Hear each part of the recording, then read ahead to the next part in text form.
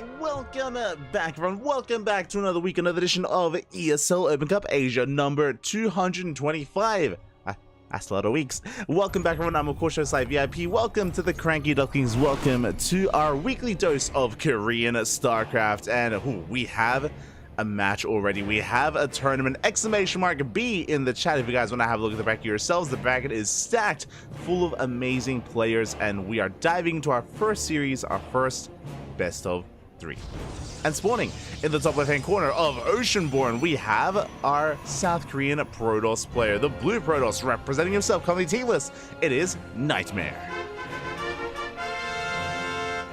Oh, and spawning in the bottom right-hand corner, Off Racing. I'm a little bit surprised here, but Off Racing, we have the American Protoss, representing himself, currently teamless. It is Volts.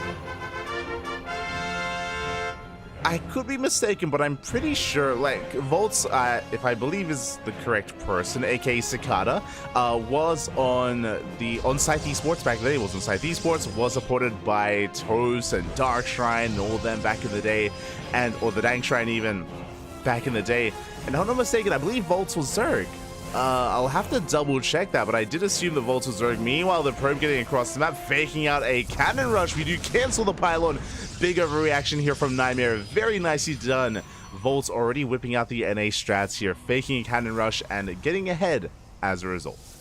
Very nicely done here. So Volts does have a slight economic lead. Will lead into a faster expansion. It's going to be a gate expand, a straight up gate expand as well.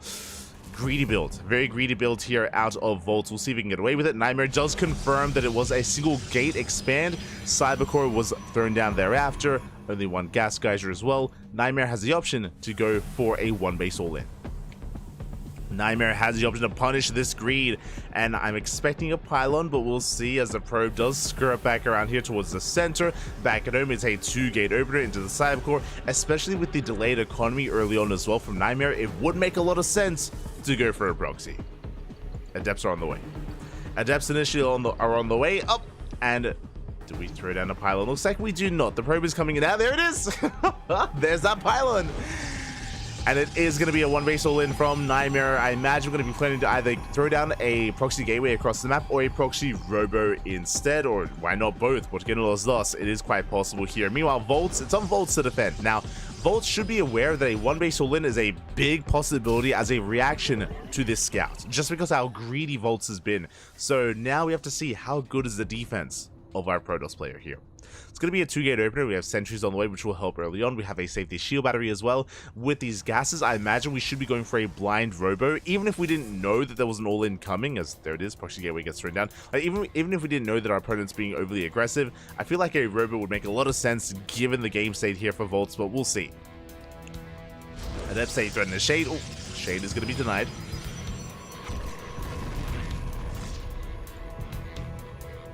Shade is going to be denied for now, as we do maintain ourselves. Stalkers are on the way behind this. You have to throw down our tech. It's going to be a Stargate alongside this, and we're expanding. Okay, so I assumed that Nightmare was going to be doubling down with a proxy robo or a 4th gateway for a 1-base 4-gate all-in.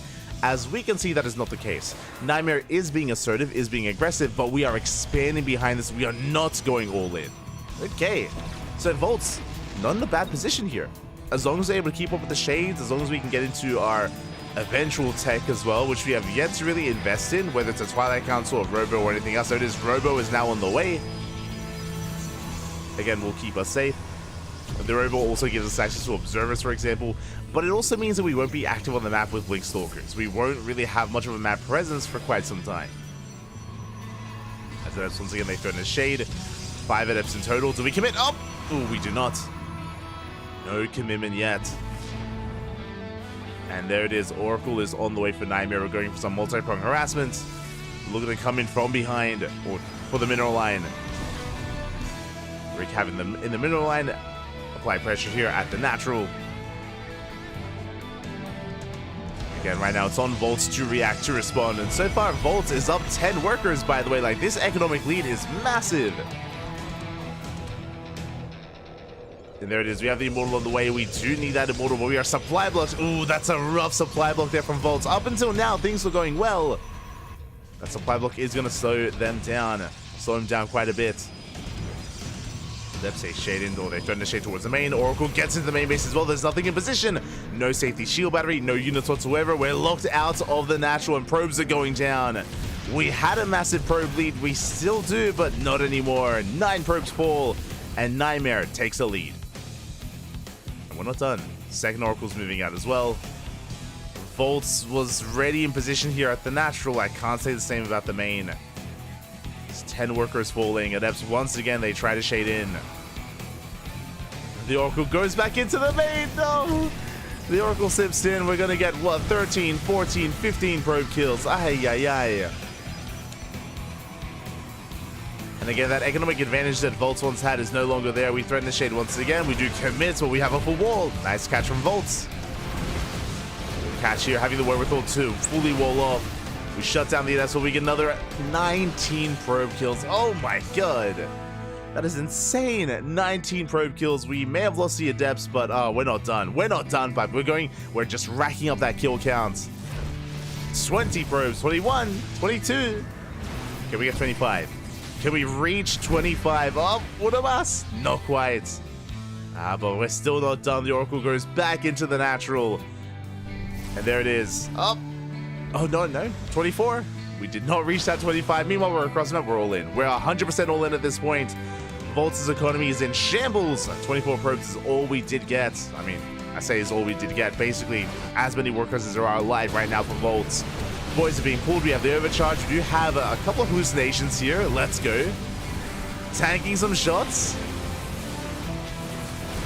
But despite that, with the help of the overcharge, Nightmare should have enough. We focus out both the hallucinations.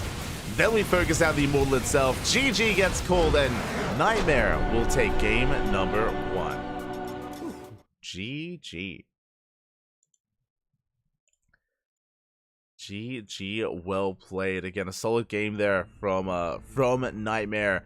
Able to respond, react quite well to the scout, to the greed of Volts. And unfortunately, Volts initially did well. Initially, a really good fake out with the cannon rush, really good follow-up, was able to get a solid worker count, was keeping up with the shades, but was not in position for the Oracle. The Oracle did blindside Volts quite heavily there, and Volts just was not able to keep up with that. Was torn apart by the Oracle harass, and with that, GG. GG, well played. We're now getting ready for game number 2, but I'm excited. I'm ready to see if Volts can bounce back. Now, I'm just quickly checking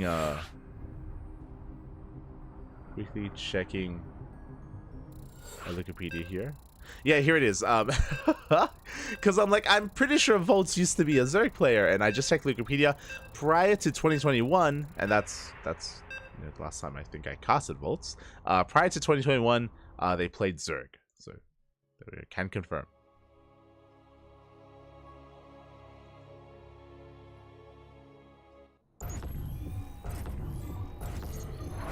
So it looks like post 2021 we did end up switching to Protoss, and now here we go. We're getting into our next game and spawning in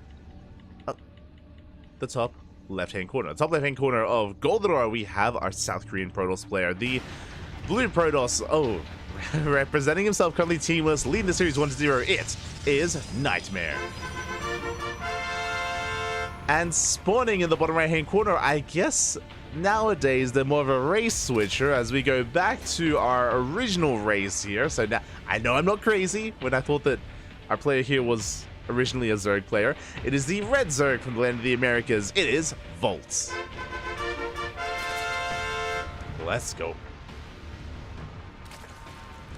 Let's us go. Again, Volts was a pro player back in the day, was a very active player back, around 2020, 2021, even 2019 before that as well, actually quite before that, and did end up pseudo-retiring, stepped away from the game, was pretty inactive for quite some time, but it's great to see Volts returning here to competitive play.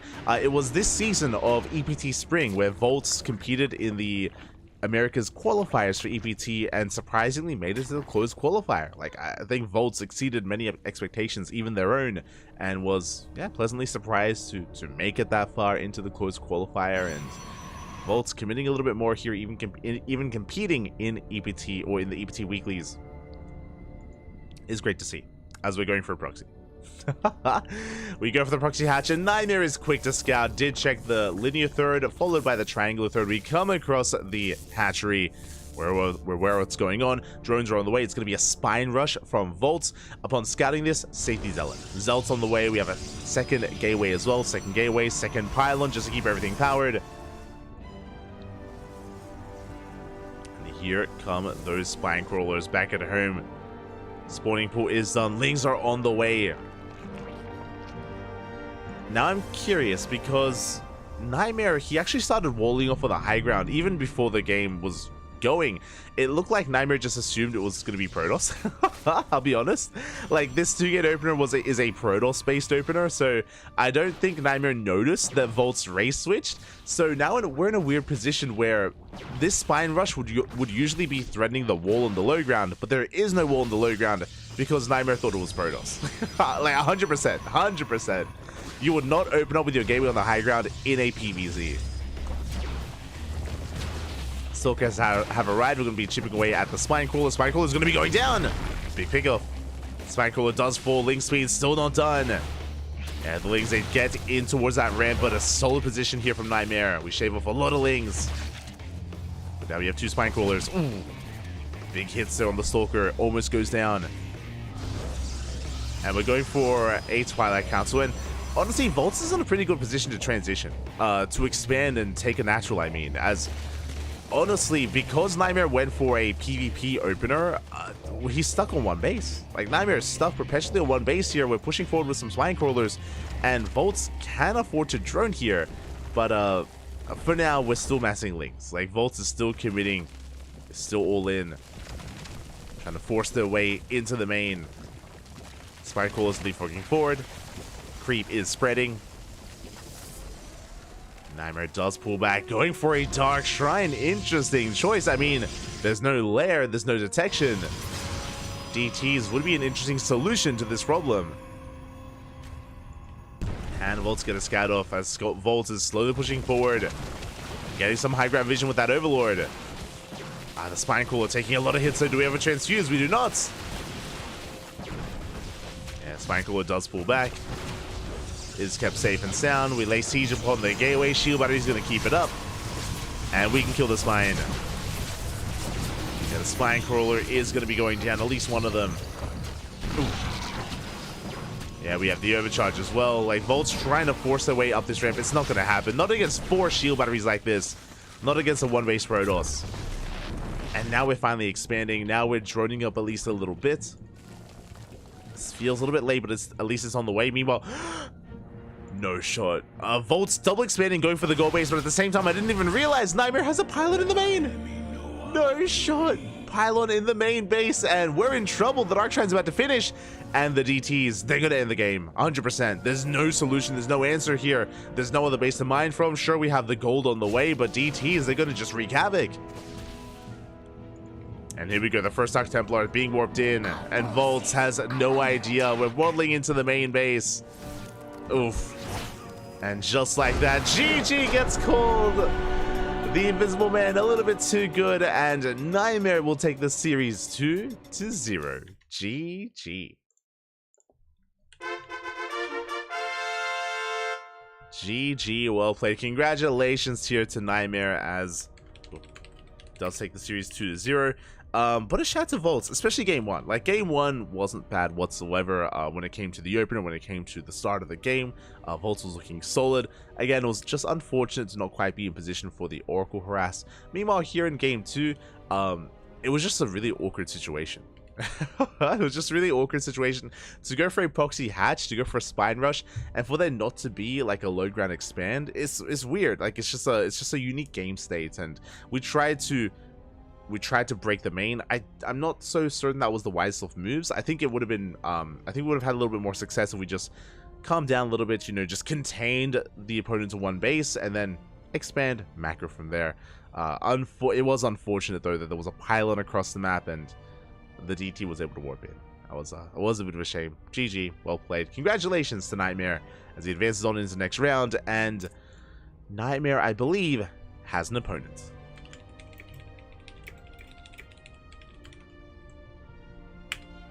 I believe Nightmare has his next opponent. Exclamation mark B in the chat if you guys want to have a look at the back of yourselves. Let us quickly hop on over. Let's go. And quickly just checking. There we go from the top. Does the frame fit? Yeah, kind of. From the top here, let's go over these updates. We have Gumiho. Let's refresh. We have Gumiho waiting in the second round, waiting for his next opponent. There it is, DRG. My apologies. Waiting for either Lunacy or Jeshi. Lunacy had a really impressive results over the weekend. If you were here yesterday, you would have seen Lunacy go to the ace match against Geralt, if I remember correctly. So yeah, this is going to be a pretty spicy PvP. Lunacy is a Korean Protoss, Jeshi, Chinese Protoss. So the winner will go up against Gumiho. Regardless, Gumiho will have a Protoss opponent in the second round. Wish him all the best of luck. Scrolling down, we have Firefly versus Azrael. Winner goes up against Shin in the next round. That's going to be a spicy series.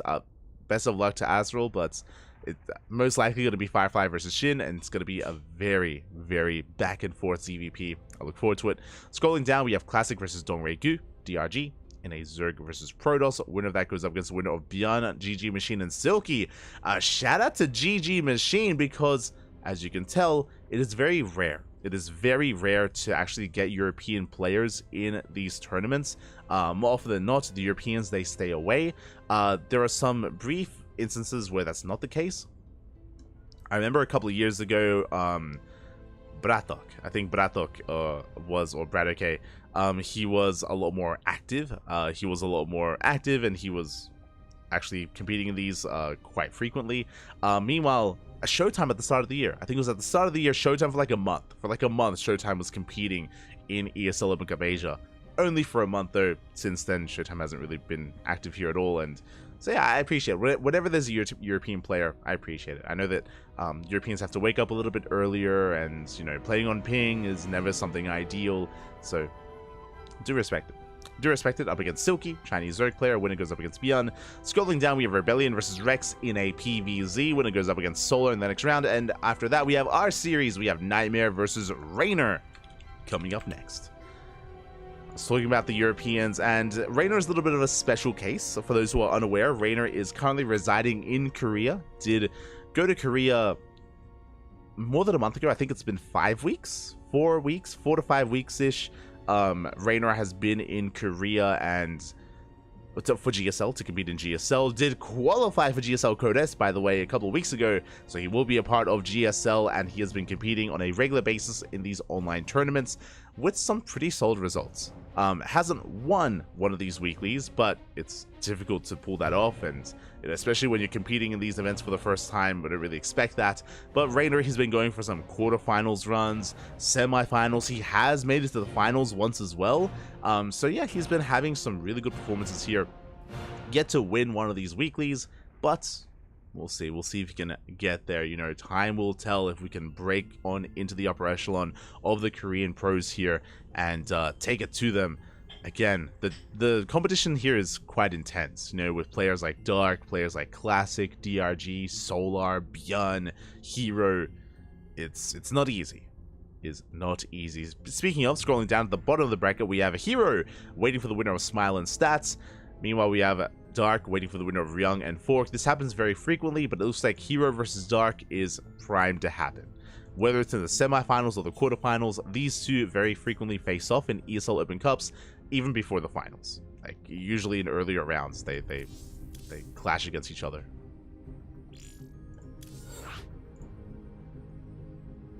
They do clash with each other, and here we go. Looks like the Vitas are done, and the lobby has been made. We're diving into our next series. Let's go.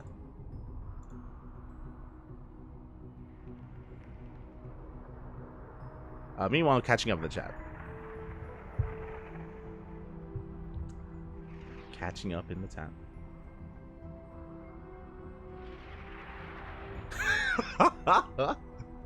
I like how shout out to Inomore. Inomore was doing some math or some fun facts about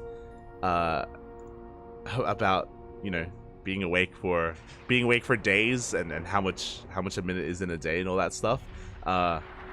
Fours cannot repeat. Apparently they can. Sure, if you want to use math. Let's go. It's beautiful. It's 3 a.m. It's okay, Pap. It's okay. It's okay. You're drunk, Pap. You're a drunk merc. It's fine. You have the excuse. You have the excuse, Pap. Scrolling down, is this live? Yes, it is live. We do have a command for that. Shout out to Nightbot, or sorry, Stream Elements. Shout out to Stream Elements for letting our lovely viewers know we are live. There is a delay, exclamation mark delay, if you ever want to know. But currently there is a 2-minute delay. That's the standard for these online weekly tournaments for EPT Weekly. There are other events that don't require a delay, and we always update the command depending on whether there is or isn't. And here we go, spawning in the bottom right hand corner of site Delta, we have our South Korean Protoss player, the blue Protoss representing himself. Currently teamless, but an amazing player nonetheless. It is Nightmare.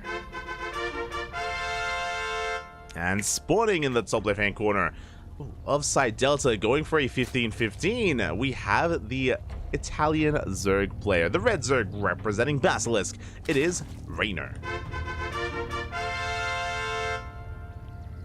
Here we go, 15 hatchery into a 15 spawning pool. Rainer is going for a very safe opener.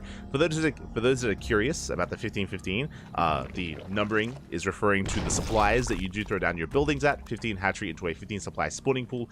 With this opener, you get your hatchery down before the probe arrives. It is very commonplace in this matchup for this scouting probe to get here before the hatchery starts and to deny the expansion and force the Zerg player to expand elsewhere at the third base or at the triangular third or the linear third location instead, and to just deny the hatchery and to make life a little bit more difficult for the Zerg, a little bit more uncomfortable.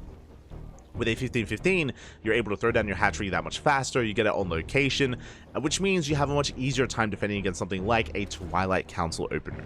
And I think this is a wise move. Nightmare is a very aggressive player. He thrives in the mid game and he's not afraid to open up Twilight Council and open up Glaive Adept. So Rainer just playing very safely here.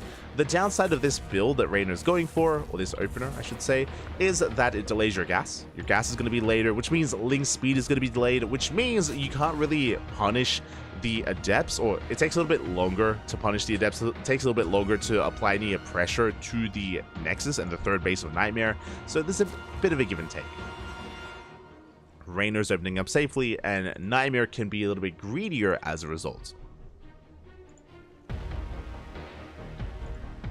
I say greedier, can be more active with his units without fear of link speed for a little bit longer as well.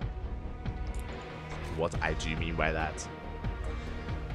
As for now, we're just going to be droning up. Nightmare getting into his own builds. Gate expand into Cybercore. Nothing too crazy. Interesting pylon placement here for Nightmare. Show us the tech is going to be a Twilight Council. There it is. So because the pylon was thrown down behind or further back in the main base, as soon as we saw it, it's like, yo, it has to be a Twilight Council build. Just because if it's a Stargate, it's usually a little bit closer to the edge, just so it reduces the time it takes for the Oracle to get across the map, just to be a little bit more efficient. Here, we are more concerned with hiding the tech. So with this Twilight Council opener, this could be a couple of different things. It could be Glaive Adepts, it could be Dark Templar, it could be another more niche all-in as well, like, I don't know, a charge-based all-in or fast blink. Based on the fact that we have not pulled out a gas, I'm feeling a Dark Shrine.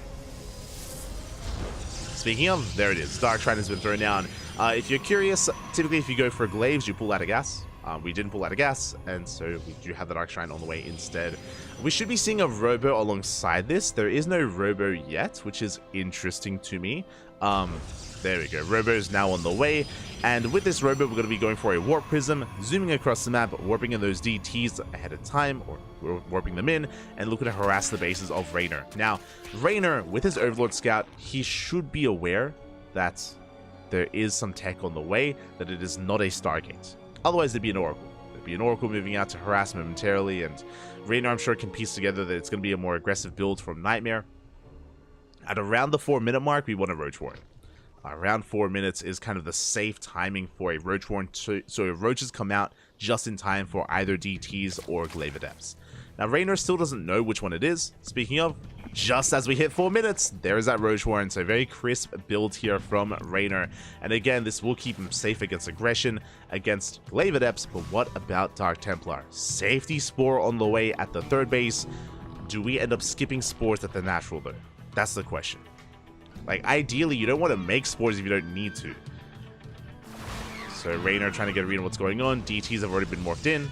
Again, the DTs were done a little bit sooner just because the robot was delayed. That's why this build was a little bit weird from Nightmare. It was a little bit odd.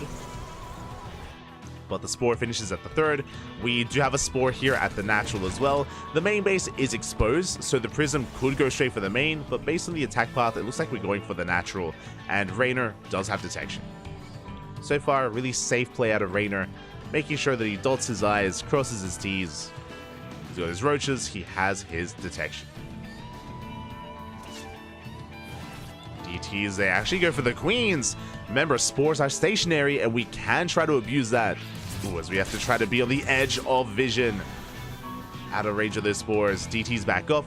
Now, what's important here, even though Nightmare didn't really do any damage, even though he didn't kill anything, he still has the Dark Templar, and they can morph into Archons. There we go, we have Archons now on the way, and Archon Drop Harass can hunt down Overlords. Archons shoot up, and we can go and hunt down Overlords, we can pick off some workers, we can even dance with the Queens.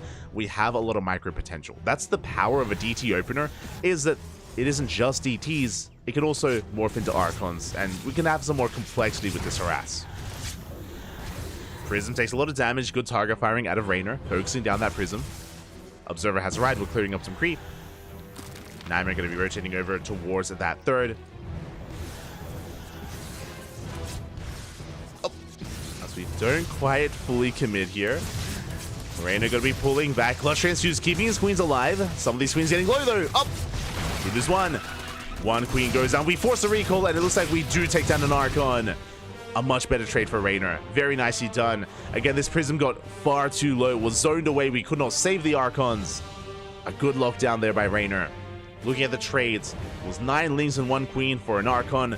More importantly, purely minerals lost from Raynor and gas lost here from Nightmare. Now, Nightmare is stuck at home. Raynor is freely saturating his third, getting to his fourth, and now we're getting to our tech of choice. So we didn't make any, we did make a handful of roaches, but we're preserving a lot of gas. We're going for a hidden spire. Now, this is the downside of going for an opener like this, is that once the Archons get forced back, how do we scout? Unlike we would with a regular standard build with an Oracle, we don't have an Oracle to go into the main base to get revelations off and to scout for hidden tech. But at the same time, Nightmare is going for a push. We're moving out. Lings are here for a run by, we have a shield battery, we have a warp in to defend. Nightmare holds onto his 3-base setup. And as he moves out, ooh, we do have quite a hefty army. Do we have any mutas? Okay, thankfully we have not invested into mutas, not yet. But Raynor caught a bit with his pants down, doesn't have a lot of Roach Ravager ready for this. The Zealots are going down, the Immortals trying to get on top of the Roaches as well. We force the Unsiege. Yeah, we deny the warp in. Big moment here for Raynor, he shuts down the Archon. If we just had one more warbird of units, I think we can break this army. It's so close. Raynor working with so little. The Miles! Ooh, do not connect. And Nightmare is forced back. Ooh, that was a very tense moment. I didn't get to go into it, but Raynor, he was intentionally banking resources to invest into his mutas, which is why he had such a small army. It's why his army was not quite ready for this. He was waiting for mutas. Thankfully, he was able to defend in time, bring his queens over. Oh, the Miles! Was able to bring his queens over, we have defended, and now we have delayed muta production, but now they're on the way. Same time, Zealot counterattack you on the right hand side. Good run by Nightmare. Doesn't get the queen, but will clean up some Lings. And potentially a Ravager. Oh, not quite.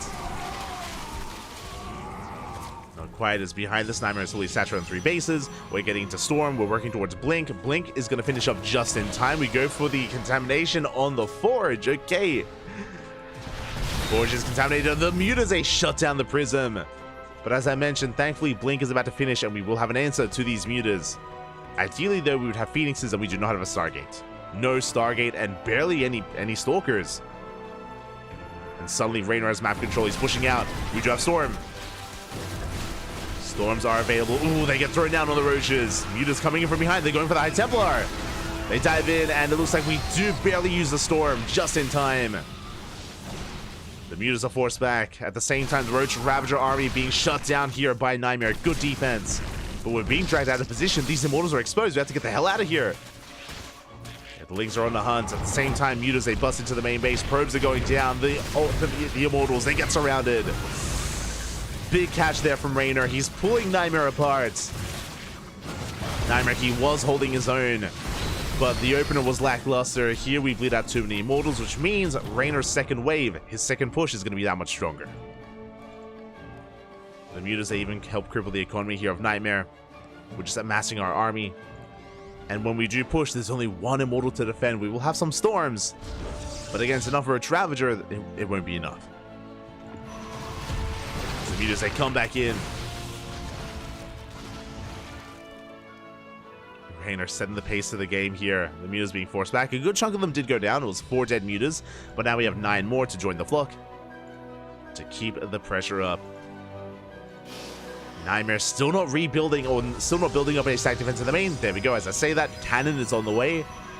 Now, stack defense won't kill mutas, but all it does is buy you time. It buys you time to warp in defensive stalkers or blink over and respond with your anti-air army. That's all the stack defense has to do. So now it's building up. Mutas are moving out. Nightmare trying to stabilize on 4 bases, but Raynor, he's maxed out. And we spoke about it because he was able to catch 2 immortals earlier. The ground army is that much weaker. We dive on them. We dive on the High Templar. We get 1. High Templar goes down. Mutas, they do survive. They get into the mineral line, and here comes Raynor. There's plenty of Ling Bane. Plenty of army.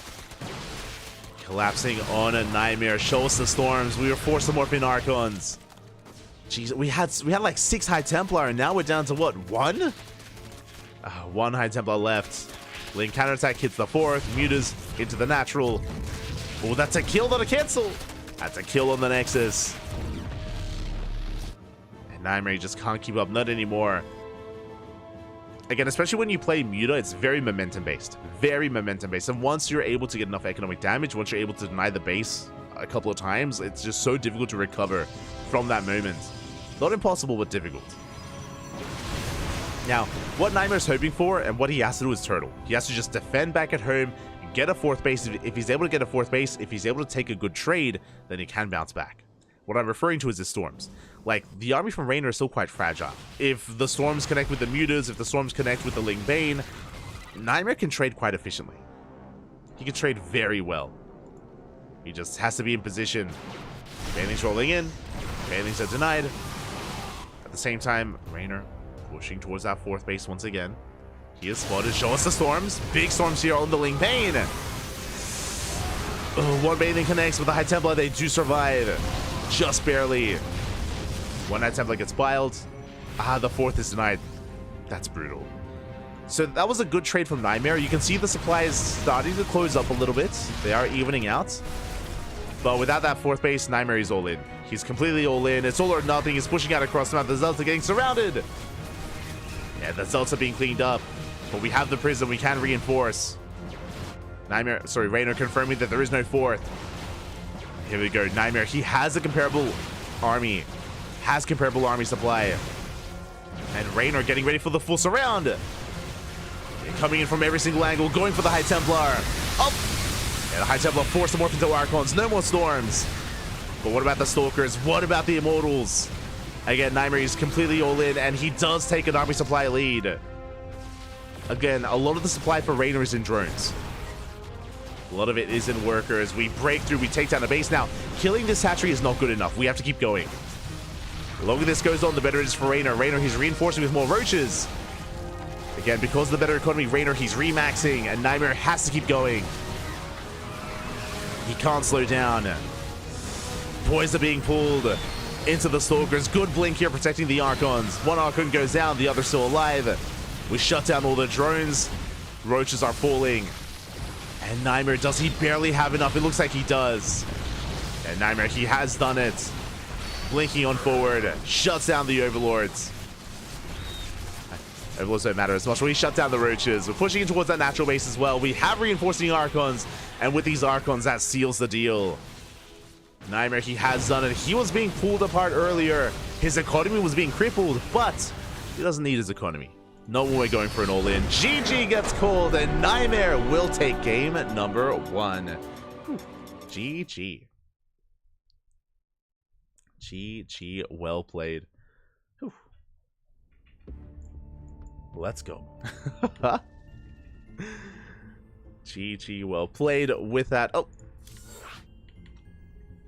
we are going to be settling in, and Nightmare takes the first game. And again, just goes to show the tenacity here of Nightmare, just fully aware that there was still a win condition for him. Again, even though he was being harassed, what we mentioned was that he was still taking some good fights with his Storms. He was still able to shut down a lot of the Ling Bane that Raynor was relying on. Raynor, tech-wise, I should also emphasize, is that Raynor was taking up, while the all-in was happening, towards Broodlords. He had a greater Spire on the way, which means Raynor, he chose to skip Ultras, for example. He chose to skip Lurker Tech, for example. He was just going Ling Bane, Roach Ravager into Broodlords, which can be an awkward transition. You need time. You need time to actually refine your army like that. So he was stuck with Ling Bane, Roach Ravager, and he was spending his resources elsewhere to take up towards a different direction, not to bolster his current army. And yeah, good Storms is what I need to say as well. Really good engagements there by Nightmare. Really good trades overall. GG, well played. Nightmare is up in this series and is one game away from knocking Raynor down. Now the pressure is on. Raynor needs to fight back here and now to force the ace match. Oh boy. And I do wish him the best here. Personally, as a caster, I want to see an ace match. Game 3, Bobby. Game 3. Give. I'm greedy. I just want all the games. So we'll see if we can get that as we're loading in to Ghost River. Ooh, this is going to be a spicy one. So Ghost River is a very small map, has a short rush distance by ground, has the shortest rush distance by ground in the entire map pool. So all-ins and aggression is favored on Ghost River. Because of that, I mean, that applies to both players. If Nightmare or Raynor wanted to be aggressive, wanted to go for some kind of all-in, then the map will help them. The map will favor them, and here we go. We're getting into game number 2 and spawning in the top left-hand corner of Ghost River, leading the series 1-0, representing himself, teamless but deserving to be on the team. It is Nightmare. And spawning in the top right-hand corner, we have his opponent. We have the Italian Zerg player, the Red Zerg, representing Basilisk. Down in this series, he has to fight back here and now to force the ace match. It is Raynor.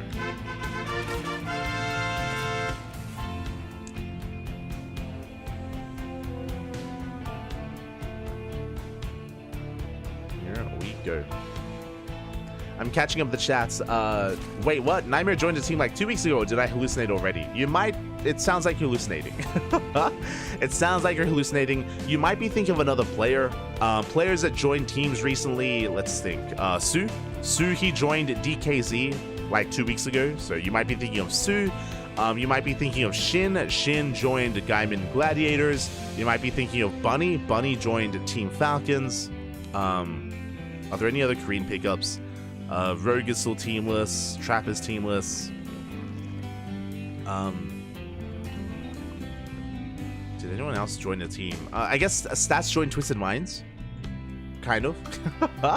Stats, he's kind of on Twisted Minds, so there's kind of that, I guess. I say kind of. I believe he's like representing them in WTL, but I don't think he's officially on their team. He's more of like a mercenary. So yeah, I know you just might be thinking of someone else, but yes, Nightmare is teamless. And as we see here, again, Nightmare, it was last week or the week before where he 2-0'd Cure. That was last week. Last week he 2-0'd Cure. And even here he's up against Raynor. Like, Nightmare, he's an amazing player. I do wish for the best for him. You know, I hope he can land himself on a team. I hope a team is able to find value in him. He's a great player. I do think that a lot of people overlook him, and he is overshadowed in the Korean scene, to be fair. He's overshadowed by Hero, by Classic, he's overshadowed by even Stats. But for Stats is different. Like, Stats is very charismatic. Stats is very charismatic. So is Creator. Like, Creator is like, you can empathize very easily with him because he's so emotional. Creator wears his heart on his sleeve. So I think a lot of people look to Creator and Stats even over Nightmare. I think it's like the Cure problem. Like, something that Nightmare and Cure have in common is that they're both not very active on social media. They don't really have like outgoing personalities. They're a little bit more introverted, it feels, and because of that, Nightmare and Cure, they don't really have much of a presence internationally, despite like how good they play or how well they play. I think Kira, of course, I think his placements amongst the Korean Terrans helps him a little bit more, but I think a lot of people, like, when they think of the Korean Terrans, they look for and they look to Gumiho and Byan and Maru. Like, to me, it feels like Nightmare and Kira get overlooked. That's the smudge, man. Smudge. But here we go, we're settling into our game. It is going to be a hatch gas pool. Reynor forced to take the unnatural natural. We spoke about it, but in the previous game, because Reynor went for a 15-15, he was able to expand at his natural. Here, he went for a standard opener, which means you cannot expand at your natural. You have to expand elsewhere. The Oracle has arrived. It was a Stargate opener out of Nightmare. Standard builds all around. Standard builds here as the Oracle. Oh, takes a lot of hits. Bit of a miss rally there, or mispathing from Nightmare. Running on into the Queens at the same time. Lings, they get across the map. Ooh, we picked off an Adept. Very nicely done. Adept does go down.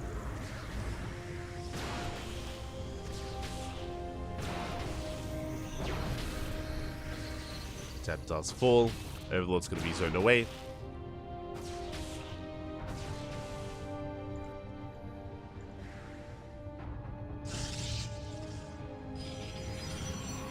It is going to be zoned away as the Lings, they once again do collapse here on the pylon. Oof, and that's going to be a cancel. The Oracle forced back home. This is the power of a standard build, by the way. If you remember what I mentioned in game number 1, when it came to Reynor's opener, because of his opener, Link speed was delayed. Here, because he went for a standard opener, with Link speed, you can be that much more assertive, that much more aggressive. Reynor applying a lot more pressure, keeping Nightmare busy back at home. Nightmare is built up towards 3 Oracles. Lings, they dip in once again. And behind this, Nightmare is going in towards a Forge and a Twilight Council. It's going to be a +1, I imagine, Blink transition from Nightmare. Meanwhile, Reynor going for a standard Roach Warren timing. This was around 5 minutes, which again is a lot more standard. You don't need it any earlier than that if you're up against the Stargate opener. And Reynor's journey. We're building up, we're macro.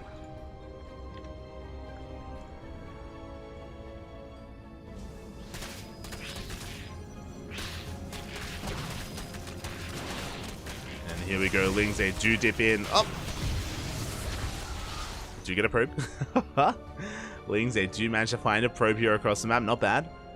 Blink is on the way, so as we did mention, +1 and Blink, a very standard follow-up here from a Stargate opener.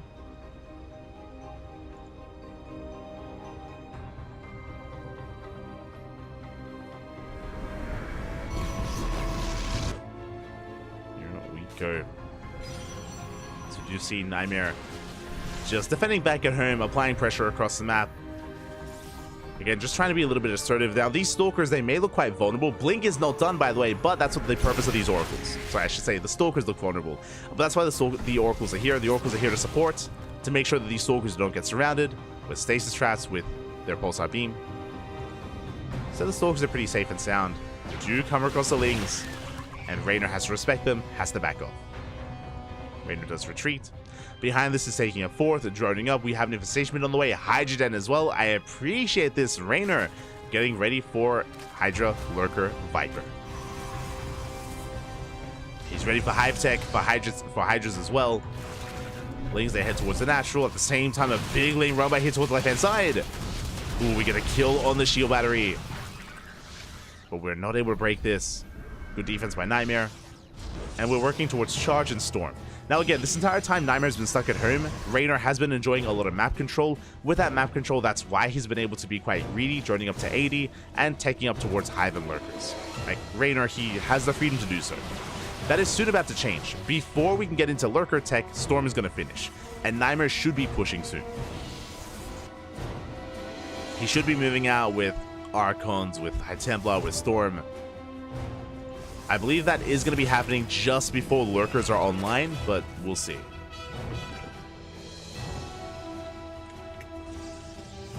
We shall see. As Lings, they do dive in, they do deny the 4th once again.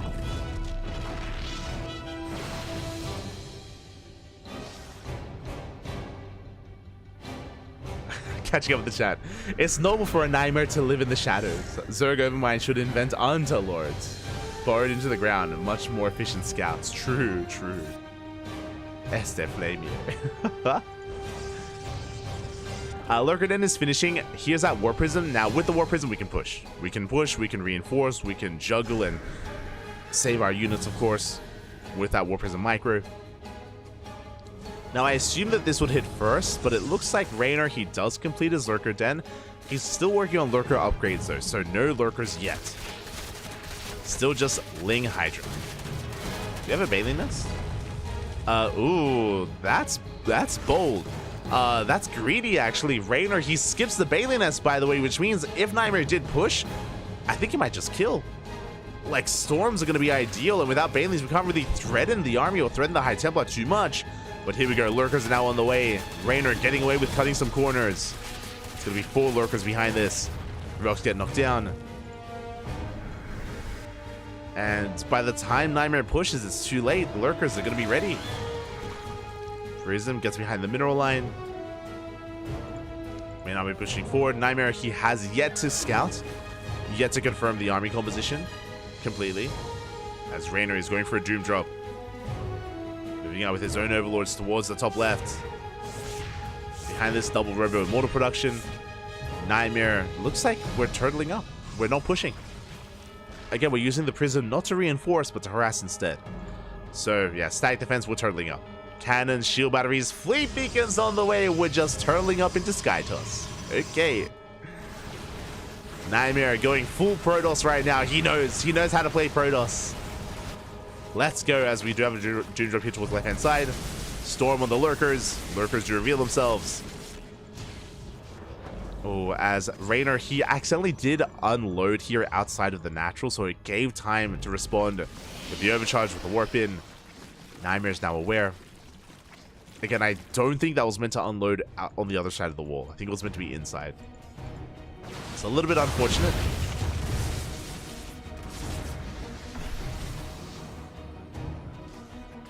A little bit. Hopefully everything is okay, as I'm experiencing a little bit of latency. Everything should be okay on my end. Yeah, we're not dropping frames. Okay, good.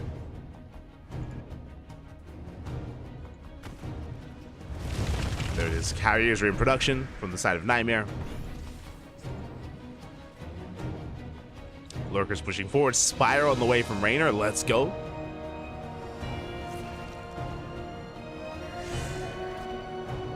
Oh, I am having a bit of a lag spike though.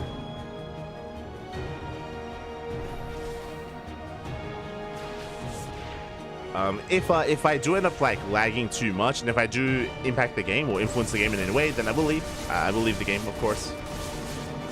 More than happy to.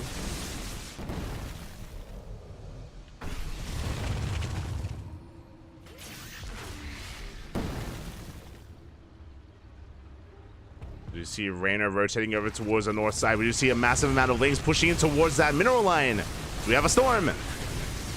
We do hold on to the storms. There we go. Storm into the mineral line. Ooh, a lot of Lings going down. The probes do survive just barely. That was some very nice control there out of Nightmare, saving those workers, at least as many as he could. Only 4 workers go down. Lurkers, they have arrived.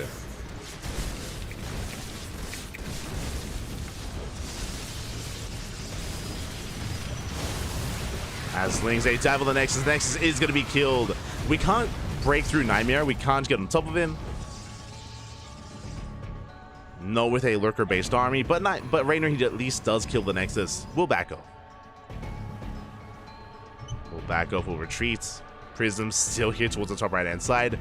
Carriers, of course, were revealed, so Raynor has confirmation. And we're getting into a more heavy Skytils composition here with more carriers. Meanwhile, Nightmare trying to expand, trying to refine his army. Raynor, he needs to be as active as possible and make Nightmare work for these bases. Here we go. The Lings are coming in.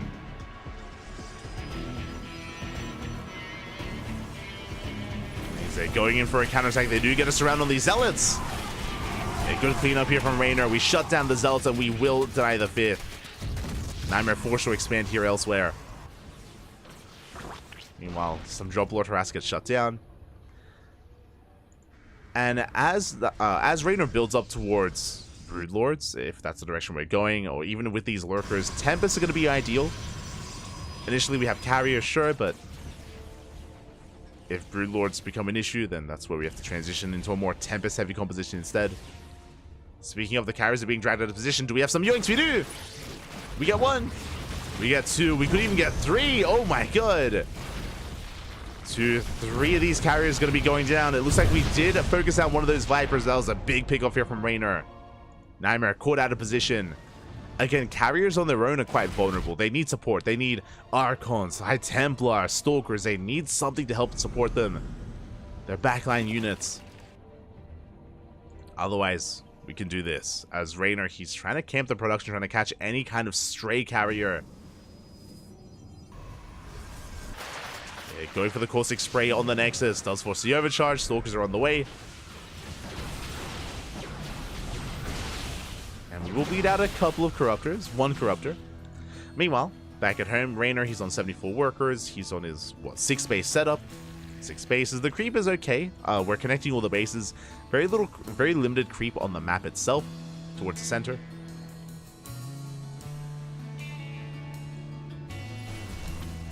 Very limited here as the armies will clash. High Templar get caught out. Oh, massive spine shots. 2, 3 High Templar go down. Big connections from Raynor. As with those Lurkers, yeah, he shuts down every single High Templar. Gets a carrier as well. Rotating around, we have some reinforcing, some panic, High Templar morphing in. Now we're committing into Archons. But yet Nightmare, he still does not have the ideal army. He's still lacking, still building up, refining himself. Overall, I do like Raynor's composition a lot more. His upgrades are lacking, but we're building on that. We have 2/2 air attack on the way. +3 melee.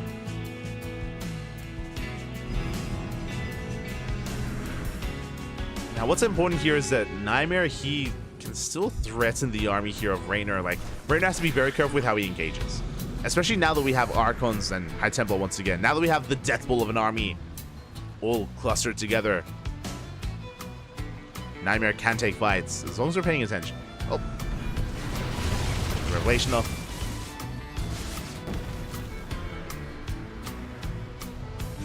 Prism finally unsieging. Pushing in. Oh, but is going to be going down in that natural. At the same time, we cannot expand here towards the bottom left. Nightmare, his 6th base is denied.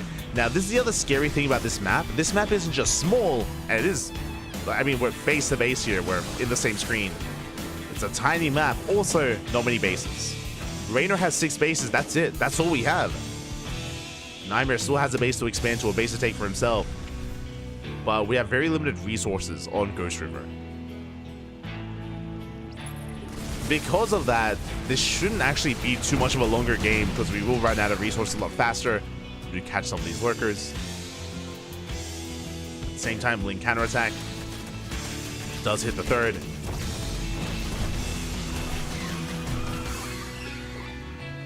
Nightmare, he responds in time.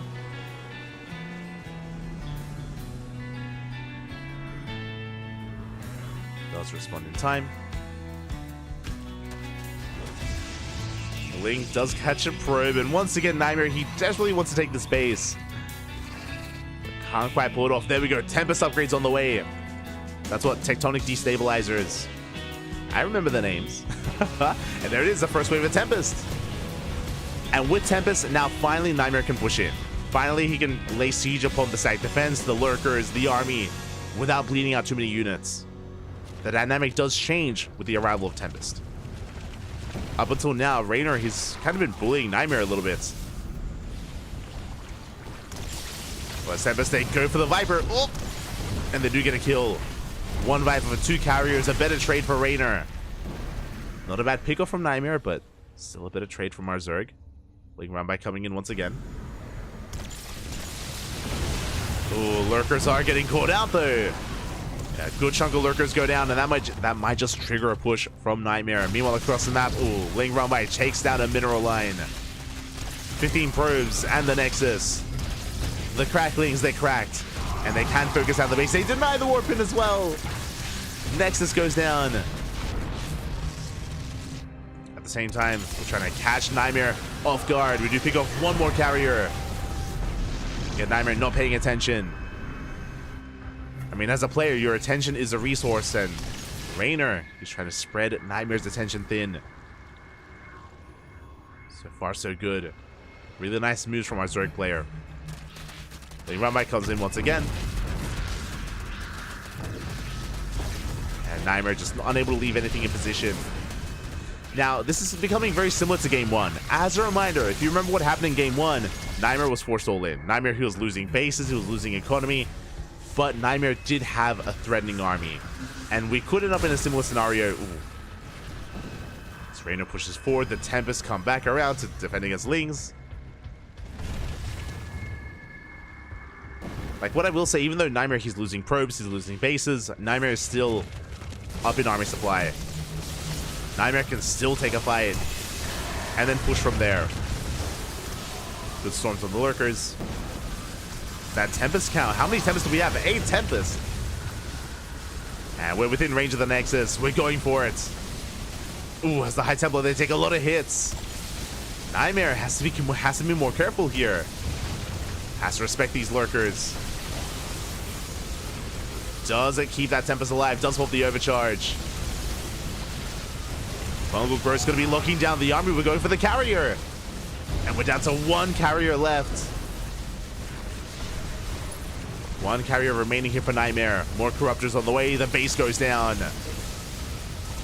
At the same time, Ling's catching more probes. Oh, the High Templar overextending. Oof. We get 1 Stormer. Yeah, and look at how many Tempests we have. 11. Yeah, with 11 Tempests, we can shut this down. Fungal, not good enough. Does connect, but a little bit too far out. Lings are being shut down by Zealots. Nightmare, even though he lost the center base, he's now finally taken bottom left so he can mine freely. Nightmare did save most of his probes. And Nightmare, he's got 154 army supply.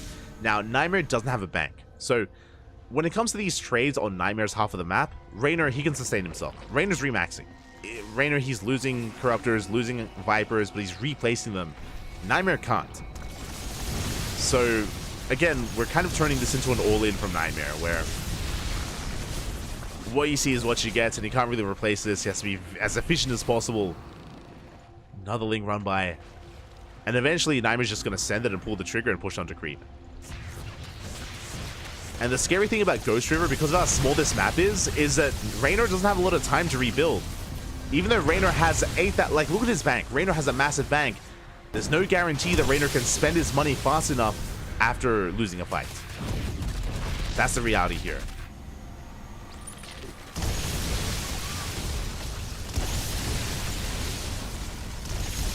So Raynor, he wants like these more longer fights where he can like pick off 1 unit here and there and then back up. But Raynor, Nightmare is putting the pressure on.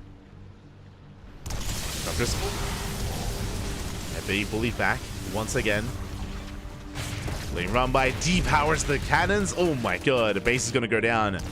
Nightmare down to 1 mining base, by the way. Fungal does connect. The chain Fungal even. High Templar getting low. Nightmare losing a base that still had resources, by the way. These Ling run bys have been brutal. Brood Lords are in production. How many Tempests do we have? 10. 10 Tempests are out. We focus on some of these lurkers. Fungal does connect. Not with the High Templar. Getting another lurker. Gets a revelation up. Again, these have been some nice moments here for Nightmare overall. He's slowly gaining ground, but we're waiting for like 1 big moment. 1 big attack. Nightmare takes down a base, rotates over towards the north. Raynor again, he can afford to lose the base, doesn't matter too much.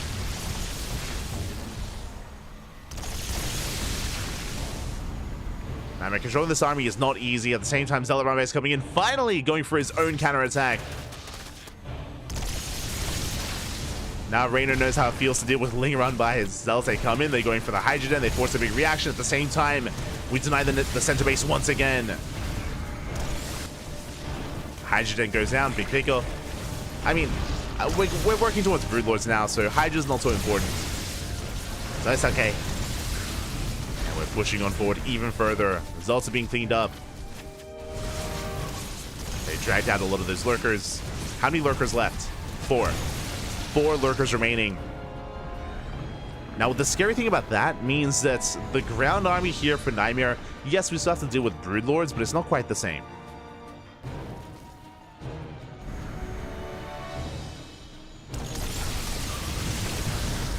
Ideally, you want a little bit of both. You want a couple of lurkers and Broodlords as well. But lurker count's being reset. Okay, instead we're going into ultras. That's a good way to support the army, to complement it even. Lane run by being set up once again. We do have some cannons in position. Only one pylon. Oh, we're going for the pylon. And it's gonna go down. Oof, big pickup. The Artosis pylon. These Tempests still trading well. Broodlords are coming in. They catch an Archon. Nice pickup. Ultras are coming in as well. We do have kindness waiting. Oh, wait, never mind. We don't. Before we get a big fungal off. The Corruptors, they try to dive in as well. They go for the Tempest. Tempest getting very low. 2, 3, 4 Tempests going down. You can see Nightmare plummet in supply, and we have 12 Ultras on the way. Am I blind? Yeah, there's no kindness plating, unfortunately. Not the best upgrades for the Ultras, but Nightmare, he's running out of units. He's running out of units. Running out of steam. Corruptors, they come in from behind. They take down another Tempest and another. How many Tempests left? 4. 4 Tempests remaining. And Nightmare killing this base, pushing on through. It's a little bit too little too late. Zellarami comes in from behind. Goes to the main.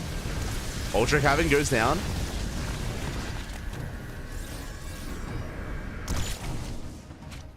Ultra Cavern goes down. Zealots, they get into the main base. Raynor has to respond. And Raynor, he collapses on this. The Ultra, they get on top of the High Templar. Massive pickups. Nightmare forced to recall, and now he's on the back foot. And Raynor, yes, he may have lost a bunch of bases and may have lost a lot of workers, but he can rebuild. He has remaxed. Raynor, he just burned through his entire bank. Remember when Raynor had AK? His bank is non-existent, but has an army. Nightmare, less so. Here come those infestors. Show us the fungals, papi. Show us the Neurals even as we Neural the army. We collapse on the final force here of Nightmare. GG gets called, and Raynor will tie up the series 1-1. We are going to the ace match. GG. Whew. GG, well played. It's what we all wanted. We get a game 3. GG, man. We do get the ace match. We do get a game 3 here. And again, this map is brutal given that kind of game state. Again, you saw just how little time you had to react, how little time it took for Lings to get across the map to harass, to punish some of these other bases of Nightmare. Raynor, he was pulling Nightmare apart. When it came to Nightmare, when he got up to his 11 Tempest count, it was quite impressive. Like, he was trading very well. And as I just mentioned, Raynor did end up burning through his entire 8k bank fighting Nightmare. Did win in the end, but goes to show how efficient Nightmare was being. But it still barely was not enough. Again, if only Nightmare had a better economy. If only he had another base or two, right? If only the Lings weren't just eviscerating him and just crippling him economically and forcing him more and more all in. Do you have to criticize Nightmare's SimCity and site defense a little bit? Time and time again, Raynor, he would like find the perfect pylon to focus down, the Artosis pylon, and would just focus it down and have an easier time harassing. Was able to ensure that Nightmare had no longevity there, and GG. GG, well played. Whew, Raynor does tie things up, and now we're going into game 3. And spawning in the bottom right hand corner of Oceanborn, we have the Korean Protoss player. South Korean Protoss, the blue Protoss, representing himself, currently teamless, but deserving to be on the team. It is Nightmare. And spawning in the bottom, also in the top left hand corner, we have the Italian Zerg player, the red Zerg representing Basilisk. tying up the series, forcing the ace match. Can he keep up that momentum? Can he go into the next round? It is Rainer.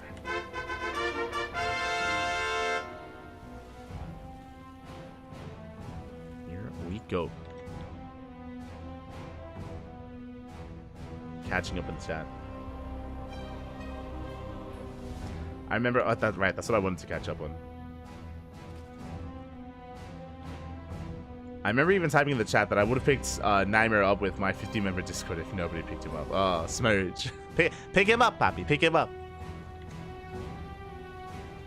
Deserves the support.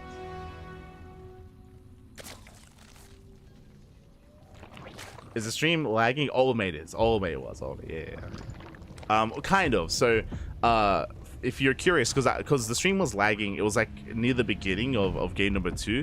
I wasn't dropping frames on OBS or anything like that. It was my connection to Battle.net specifically. It was my connection to StarCraft that was unstable. Like the connection to Twitch and my internet, everything else was fine. So sometimes that happens. You know, Battle.net is not the most stable of doesn't have the most stable of servers anymore like they used to. Sometimes a little bit unreliable. Smooch. But, you know, at least it cleared up. And as I mentioned before, if there ever is anything major there, if I'm ever disconnecting from the server, then I will leave the game. More than happy to do so. It's all about the players. All about the players. As you see, Rainer going for Hatch Gas Pool. Hatch Gas Pool, standard opener here from Rainer once again. He has just avoided the 15-15 ever since game 1. Do appreciate that. Likewise, Nightmare going for a gate expand as well.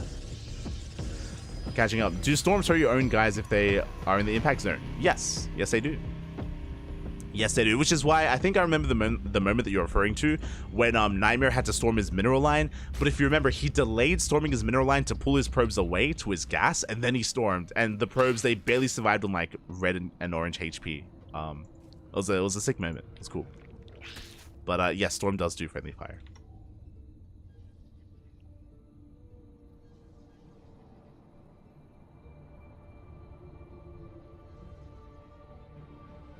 We go. As once again, it's going to be a Stargate opener, just like the previous game. Standard build here from Nightmare. We're going to be settling into our 3-base setup.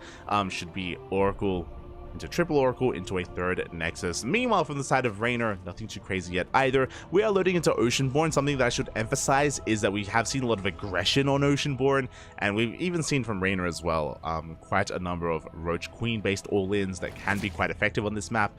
But because it's the ace match of all things, I feel like we may just see some more standard play here. I don't know if it's the wisest of moves to try to risk it all on a 3-base all-in or even a 2-base all-in on Oceanborn. Especially if Rainer is experiencing some lag. I think someone in the chat earlier was saying that that Rainer was having some lag spikes in game 1 on his end, and that's why he struggled a little bit more. I have to eat my words. That's a Roach Warren. I'm like, you know, Rainer, I don't think... Oh, no, he gets scouted. Ooh, big moment here for Nightmare. Gets into the mineral line, gets into the main base, and does get eyes on the Roach Warren. Behind it, 5 drones go down as well. And we force a cancel on the Roach Warren. Big moves here by Nightmare. Aye. So, again, this Roach Warren was meant to be for a Roach Queen all-in. I was talking about it. It's very popular on Oceanborn. The reason why it's popular is because the to get onto the same point of elevation as this third base, you can get there here in the center of the map. There is no kind of ramp. There is no terrain, or like the map itself doesn't have any natural defenses here at the third. It is a little more vulnerable. So all-ins are a little bit more popular, and Rainer was planning for it, and Rainer has to change his mind, has to switch gears as he is scattered. And Nightmare has a much stronger start here. Rainer, he of course spent resources not just on the Roach Warren, but on those 5 drones. Has to rebuild. The depths have arrived. Rainer, he is attempting to keep up. We have 6 queens on the map. Spore at the natural. No Spore at the third, as the depths are shading in. Ling's a little bit late to respond, but okay, we have plenty of Lings in the main base. We do defend, and Nightmare does not commit.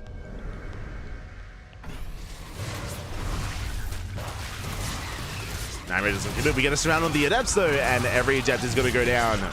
Not a single one shades away. Good cleanup by Rainer. Very nicely done. And now Nightmare is forced back. That is a gateway explosion. It's going to be +1 in Blink, but that's 5 gates on the way. In addition to the 2 that we already have, that's going to be 7 gates in total. Interesting. We usually wouldn't double down on this many gateways. We'll see if we throw down another gateway. This could be an 8-gate 3-base all-in. Show me the proxy gate. I'm leaning on it. This looks like it's gonna be an 8-gate 3-base all-in from Nightmare. No Robo. There's no Robo, there's no Prism, no Immortal Production, no Transition, no other form of tech. No Temple Archives for Storm or Archons, no additional gases either. Yep, there's the 8 gateway. So it's going to be an 8-gate all-in.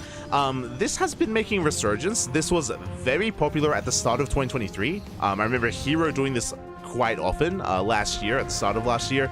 And then it fell off because people did it so much. You know, Classic divulged it as well. But we have seen this make a return. So again, it's 3-base saturation, no other form of tech, no transition. It's just a straight up all-in, Mass Blink Stalker. Let's go. And Raynor, he skipped his Roach one. He didn't rebuild. He did not rebuild the Roach one. He's stuck on Lings. Hydrogen's on the way. Raynor, he's in trouble. He does not have a lot to defend right now. He only has Lings. No Roach Warren, no other form of tech, no Bailings either. The Lings are just falling left and right. Hydrogen, it's not even done. And this all-in is catching Raynor with his pants down. He was not ready for this. The Lings are shutting down some of these Stalkers, though. Not bad. We did miss some of those Blinks. Raynor fighting his heart out. The Hydrogen finishes. Hydrogen is done, but here come the reinforcements. Yeah, that was 9 Stalkers going down. But we have broken the base. And we should keep pushing from here. Yeah, we should keep pushing. We have 7 Hydras in production. Raynor, can he buy some time? Even if he does buy time, the Lings are going down. The Queens are doing what they can. Hydras are amassing. Coming in from behind. We have Slow Lots coming in to reinforce. Again, Nightmare, he's completely all in with this, and with the help of the Slow Lots. Can we push in? Again, they're tanking shots. The Oracles go down. Boys are being pulled. Nightmare, he's running out of Stalkers. We are bleeding out a little bit here. But the Blinks are looking good. More reinforcements on the way. We shut down the drones. We're getting on top of the Hydras. And we've done it. Nightmare, he's broken the army. Raynor, a little bit too greedy. Unfortunately, Raynor, he did not realize that it was a 3-base all-in. He wasn't ready for it. Because he canceled his Roach Warren, he had no Roaches to defend. Only Lings. And with that, GG gets called. Nightmare takes the 2-1. Takes down Raynor and advances on into the next round. GG.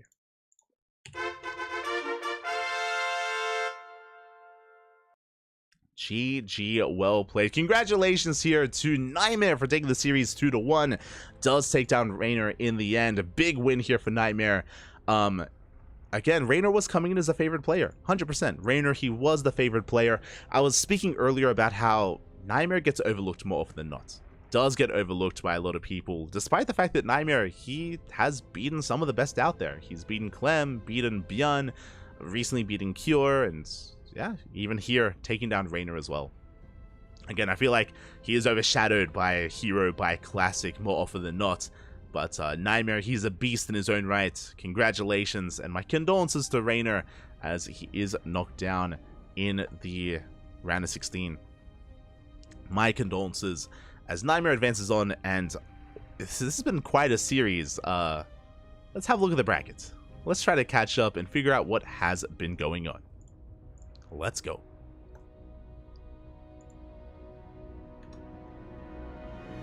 Oh. As... Okay. As we should be following... Okay, from the bottom, we do have Hero versus Dark. Hero versus Dark has begun.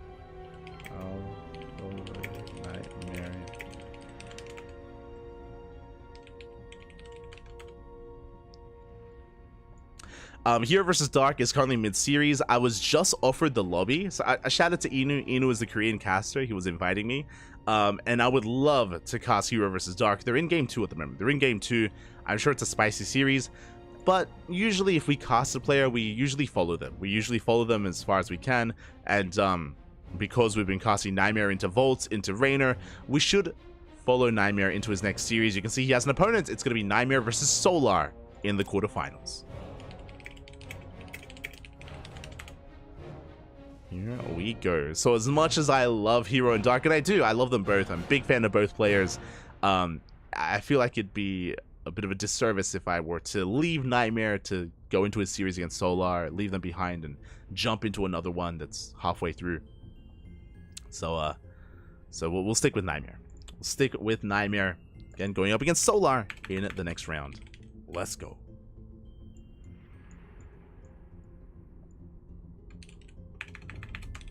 Let's go. Just setting ourselves up for it. Team Vitality. Meanwhile, scrolling up, let's have our next series. Solar did go to the ace match against Rex. Shout out to Rex, by the way, taking a map of Solar. Very, very impressive. Very nicely done.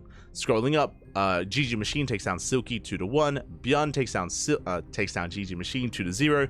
And Bjorn is up against Classic in the quarterfinals. Classic took down DRG, went all the way to the ace match. I'm sure that was a spicy matchup.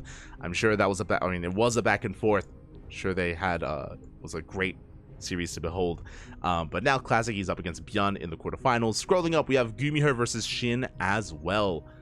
Okay, the first 2 rounds are done, and all aboard here for the quarterfinals. Nothing but quarterfinals left. Oh boy. So because we're here on the lower half of the bracket, we're going to be following Nightmare into Solar, and we'll follow the winner of the series into the lower semifinals. This is where we're going to be focusing our attention. I do apologize if you wanted to watch maybe Gumiho versus Shin or Classic versus Bjorn. Again, there's some really good games as well, don't get me wrong, but I can only do so much. And again, usually if we start like in an area of the bracket, we stick to that area. So we'll be stuck here in the lower half for now. If these series are a little bit faster, then we might be able to catch the upper semifinals as well. That's the ideal, is to cast everything. But time will tell. We'll see. It depends on how fast our matches are and how slow the upper bracket is.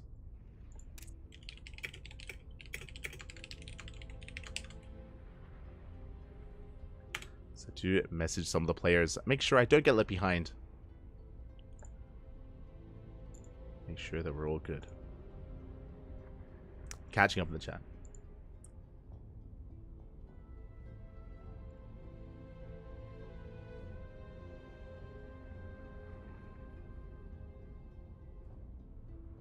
And catching up.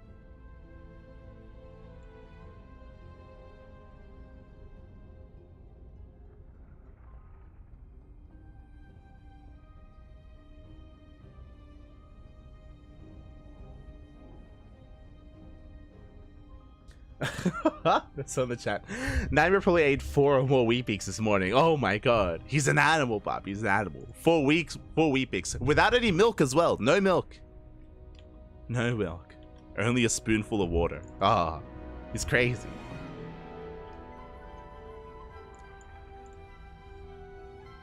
He's crazy. I saw in the chat someone said looked like a safety Roach Warren that he didn't need when he saw an Oracle. Maybe. I say maybe because if I'm not mistaken, I believe the Roach Warren was sub 4 minutes. It was like 340-ish, which is earlier than normal.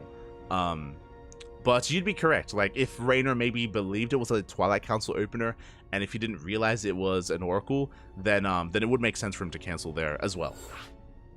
So I'm not sure which scenario. I mean, regardless, did end up canceling, did have a rough start. And now we're getting into our next game. I would also, what am I saying? I would say that also based on its timing, which was sub 4 minutes, and also based on the fact that it was hidden behind the main base mineral line, I am leaning more along the lines that Raynor was planning to go for an all-in himself. I'm still leaning towards that, like 60-40. But I also know that Raynor was streaming his POV, and he probably would explain himself there. Probably give his insight or his rationale to his chat. As we are going to be getting into our next series. Videos are done, and we have Solar versus Nightmare up next. Let's go. Beyond, please. I mean, we might be able to catch Beyond later. We might be able to catch it. Have faith, Poppy. Have faith. Only Korean lefts. I mean, it's the ESL Open Cup Asia. Usually the case. Usually the case. Every now and then we have like Firefly making a deep run, or Raynor. He's had a couple of deep runs as well. I mentioned before that he's made it to the semis a couple of times, like once or twice. Raynor, he's made it to the finals once as well. I think that was last week or 2 weeks ago. Like Raynor, I think it was 2 weeks ago. But he has made it to the finals in the past before. So every now and then, you know, we have a foreigner going through. Here we go. All I ask is to minimize PvP. Oh, I have no promises there. PvP's fun. I enjoy PvP. It's a lot of fun. Especially amongst the Koreans. Like, yo, how could you not enjoy, like, Classic versus Hero? Like, that's some of the best, like, 10 minutes of your life, you know? It's great. Can't get wrong with Classic versus Hero. But here we go, spawning in the bottom right-hand corner of Side Delta. We have the South Korean Blue Zerg player representing Team Vitality. It is Solar. And spawning in the top left-hand corner, we have his opponent. We have the Red Protoss player. He just took down Raynor 2-1. Currently teamless, but deserving to be on a team. It is Nightmare. Shout out to Volts, Poppy. Shout out to Volts. Big shout out to Volts. Volts, of course, we were casting Volts earlier today in the first round. Thank you so much for competing as well. I know that it's not a good time in Americas, as in it's like 5 a.m. or 4 a.m. in the morning. So get some rest. Get some rest. Hope you have a good night's sleep. Hope you're able to rest up. And thank you so much for competing. It's always great. It's always something that I champion. Seeing like North American or Latin American players competing in these ESL weeklies in EBT Asia, just because I know that, you know, if we get someone from the Americas, North or South, competing in here, you know that they're passionate, okay? You know the passion is real, because you're playing at like 4 a.m. in the morning. We also know that you're a little bit degenerate, but it's fine. it's fine, it's fine. We like it, Poppy, we like it. So much love. Thank you so much. Oh. As we are selling on in so far, Hatch Gas Pool, standard opener out of Nightmare. Standard opener out of Solar. Likewise, standard opener out of Nightmare as well, going for a gate expand into the Cybercore. Everything is looking as it should.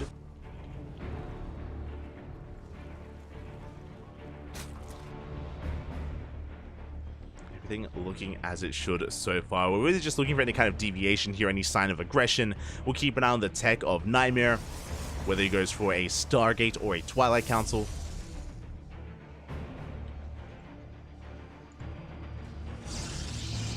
There it is. We do have the Stargates on the way. So everything looking normal from the side of Nightmare. It's going to be a Stargate opener into Oracles, into a third base. We do have the option to go into a Void Ray opener, for example, like a Void Ray or a Phoenix instead. That will change things. That is a way to shut down and deny vision and scouting and to keep the Zerg player in the dark. But that's more of a rarity. That isn't seen as often nowadays. We'll keep an eye on Nightmare nonetheless. So now we're just settling in towards the mid game.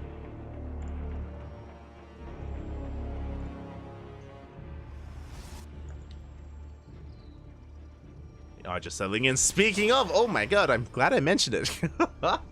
Okay, so it is going to be a Void Ray opener. Nightmare spicing things up a little bit. Now, with this Void Ray, as we mentioned, we're going to be hunting down Overlords. We're going to be hunting down the Overlords, forcing them all to turn back around and come back home. And we will be able to hide what comes next. Now, what comes next doesn't have to be crazy. Like, this could lead into double Stargate Mass Phoenix, double Stargate Sky Toss, could lead into a Twilight Council and Glaive Adepts. It could lead into some kind of crazy form of tech and aggression, or it could just be a third and just a macro build into like +1 Blink Stalkers. Like, it could just still be a standard game from here. But that's what's scary. It could be standard, or it could not be.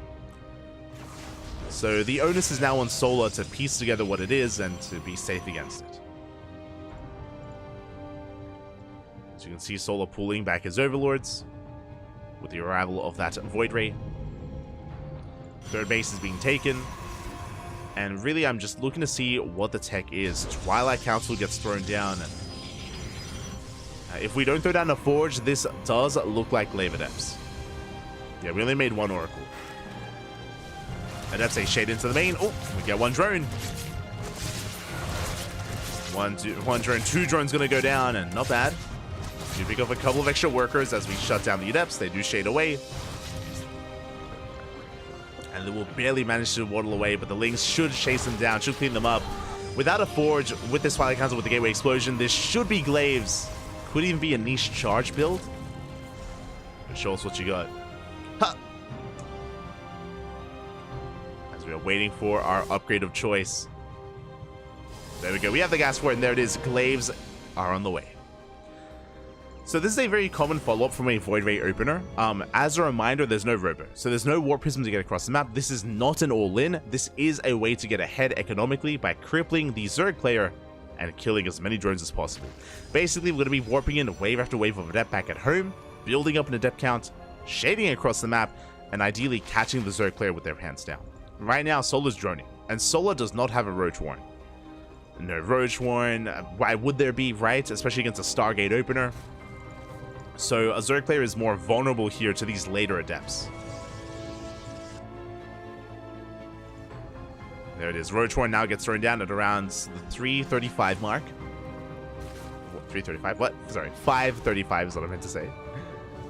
And the Adepts, they should be moving out across the map momentarily. They are scouted. Big scout by Solar. He knows what's going on. And back at home, we are amassing Lings. Lings, Queens. We could even try to wall off the natural here. Curious if we will try. As the Adepts are pushing. Now, the downside for Nightmare is that this is delaying Blink. It's delaying Blink, delayed +1. The follow-up tech is going to be a little bit later here for Nightmare because of all these Adepts. And we will be canceling a base. Hatchery is cancelled. Not bad. Void Ray in position to deny any fourth base towards the south. Queens have to rotate in. Adepts, they don't commit to the shade. But they want that fourth base once again. And the Void Ray does stand strong. Drone making its way towards that hatchery, but here come the Adepts. Ooh, they do force another cancel. And this is pretty good damage. Again, Nightmare, he's not losing anything. He's not throwing any Adepts away. He still has map control because of those Adepts, and he's just denying the fourth over and over again, containing Solar. Roaches have now arrived. Behind this, Nightmare switching into Colossus production. Colossi plus 1 Blink Stalkers. And because we still have all these Adepts alive, Solar can't really counterattack. If Solar pushes, then Nightmare can just counterattack and get into a mineral line with his Adepts. So Solar's stuck at home. He's stuck at home at least until we get Roach Speed. Roach Speed is on the way. Bailey Nest, Infestation Pits, further tech.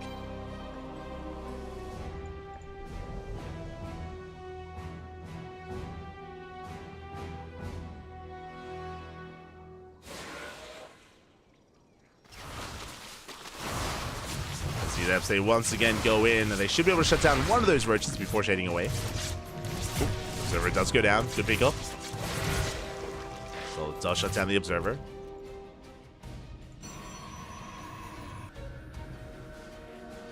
Nightmare behind this, still building up. And Solar, he hasn't been resting on his laurels either. I mean, his fourth base is very late, which is brutal, don't get me wrong. Like, Solar, his economy is delayed, his production is delayed. This is a really rough timing for the fourth. But behind this, we have a Hive in production. And this could just be to rush into Vipers as quickly as possible. The armies are going to be clashing. Back at home, being round by, just bust in. Oh, do wall off. Adept goes out, we have an Oracle in position. And Nightmare is pushing. Nightmare again, a 1-2 punch. Solar, he's still recovering from the delayed fourth. Solar, he's still building up, and he barely has a standing army.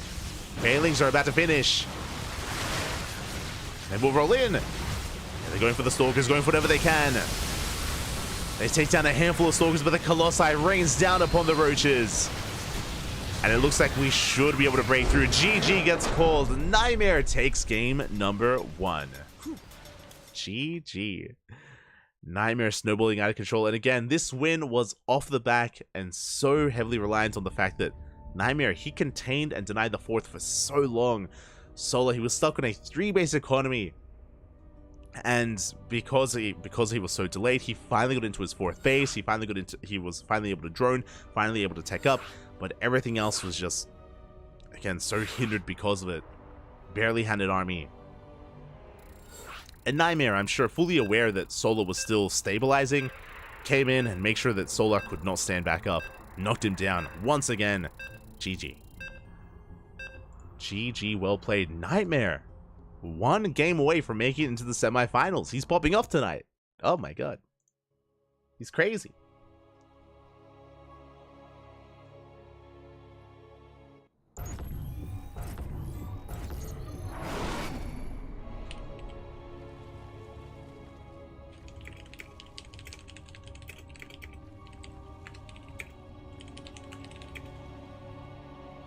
And here we go, spawning in the top left-hand corner of Oceanborn, we have the South Korean Zerg player, the Blue Zerg representing Team Vitality. Down in the series, looking to bounce back here and now, it is Solar. And spawning in the bottom right-hand corner, we have his opponent, we have the Red Protoss player from South Korea, leading the series 1-0. 1 game away from advancing on into the semifinals, it is Nightmare.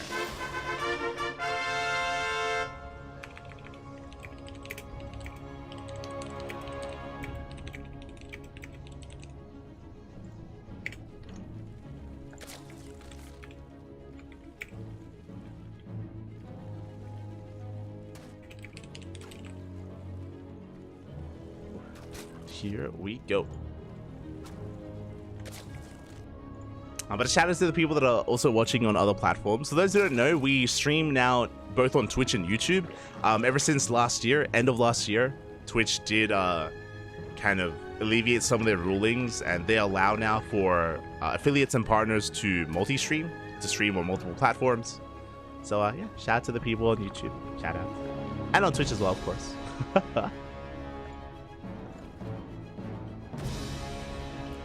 Here we go. See Feral in chat. Hey, papi. Oh, hello, papi. Hello. ¿Qué tal? ¿Cómo estás? Wish you the best of luck in WTL. Always, always. Best of luck, Feral. Of course, the owner of Berserker Esports.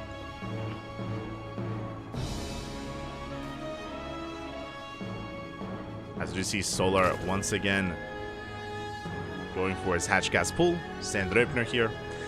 Really, I expect Nightmare to deviate. As a reminder, last game, Nightmare went for a Stargate into Void Ray opener into Hidden Glaive Adepts.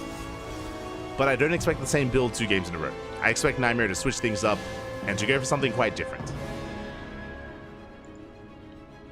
As we have the Stargate on the way. Because of the placement of the Stargate, this should be an Oracle-based opener instead. Again, on the edge of the main, just so we can zoom across the map as quickly as possible and get some economic damage done. I'm sure Solar's going to have a much more comfortable time here on Oceanborn. Much more comfortable.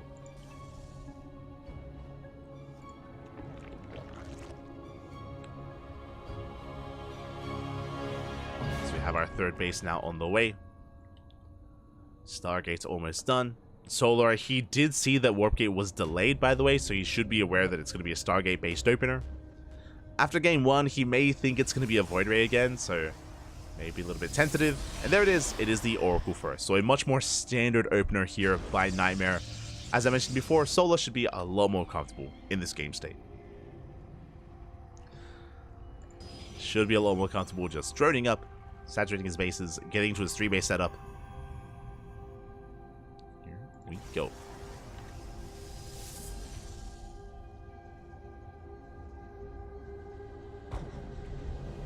As the first Oracle moves out, Solar, he does scout, he does confirm.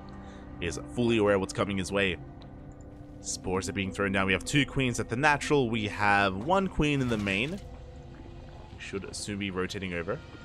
Oh, yeah, sorry, 2 queens in the main base, so we're perfectly fine. Good split by Solar. We're able to keep up. Oracle tries to go in, but is zoned away. Meanwhile, Nightmare doubling down and moving out with his Adepts. 2nd Oracle's on the horizon. So far, so good for Solar. We'll see if he can keep up now with the multi-progression of Adepts and Oracles. As we don't commit to the Shade. Oracle sharking around towards the left-hand side. Second Oracle on the way. Now, with 2 Oracles, you can one-shot drones. Can one-shot workers. Interesting. Going for the Revelation instead. Okay.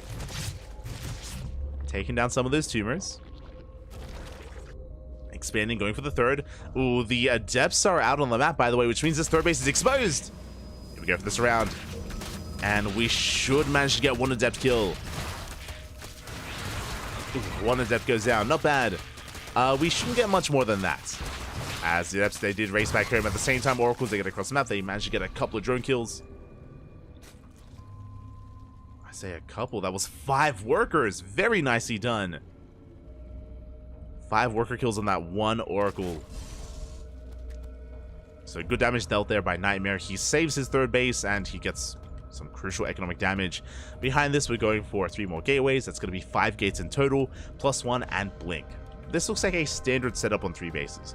If you remember, the last time we were on this map, when we were casting Rainer, Nightmare went for an 8-gate 3-base all-in. But we have yet to really see any kind of big gateway explosion here, so far, Nightmare is going for a longer game. So far.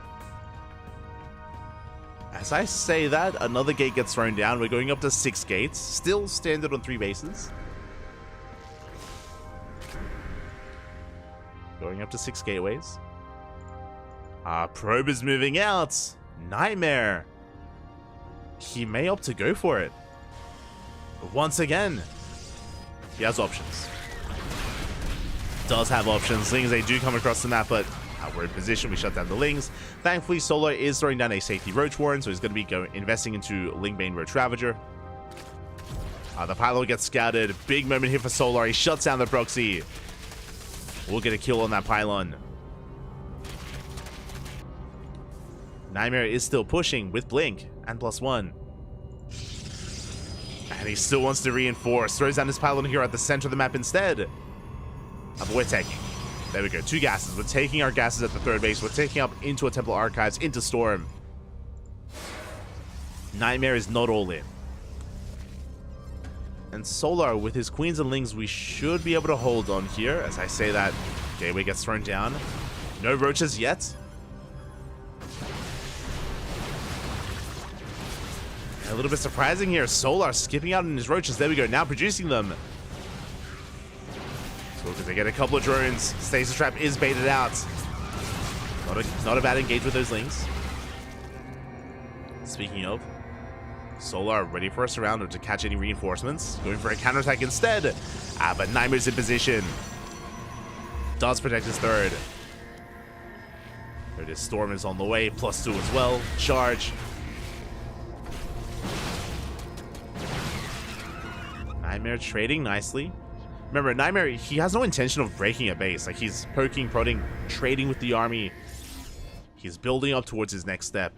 The next step is going to be Storm. As Nightmare backs off. Solar, he has eyes on any would-be 4th base. He's got a Ling on the right, and of course his Ling's towards the left. Containing Nightmare. As Nightmare now does expand behind this. 4th base is on the way. Oracles, they dive in towards the 3rd. Towards the 4th even. Ooh, and we do get 3 drones, but we bleed out an Oracle. Not ideal.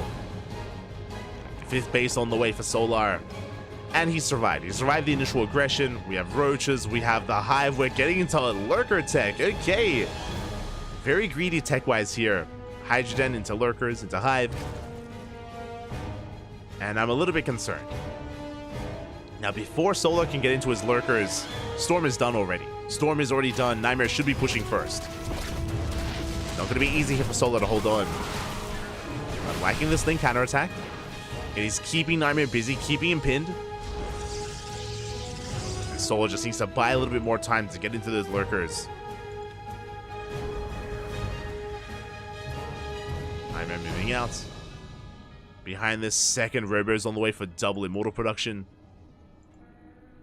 Okay, with this production, it looks like Nightmare, he's going to be a little bit more defensive. Yep, there we go. Speaking of, I was like, this is looking like his game against Rainer on Ghost River, and there it is.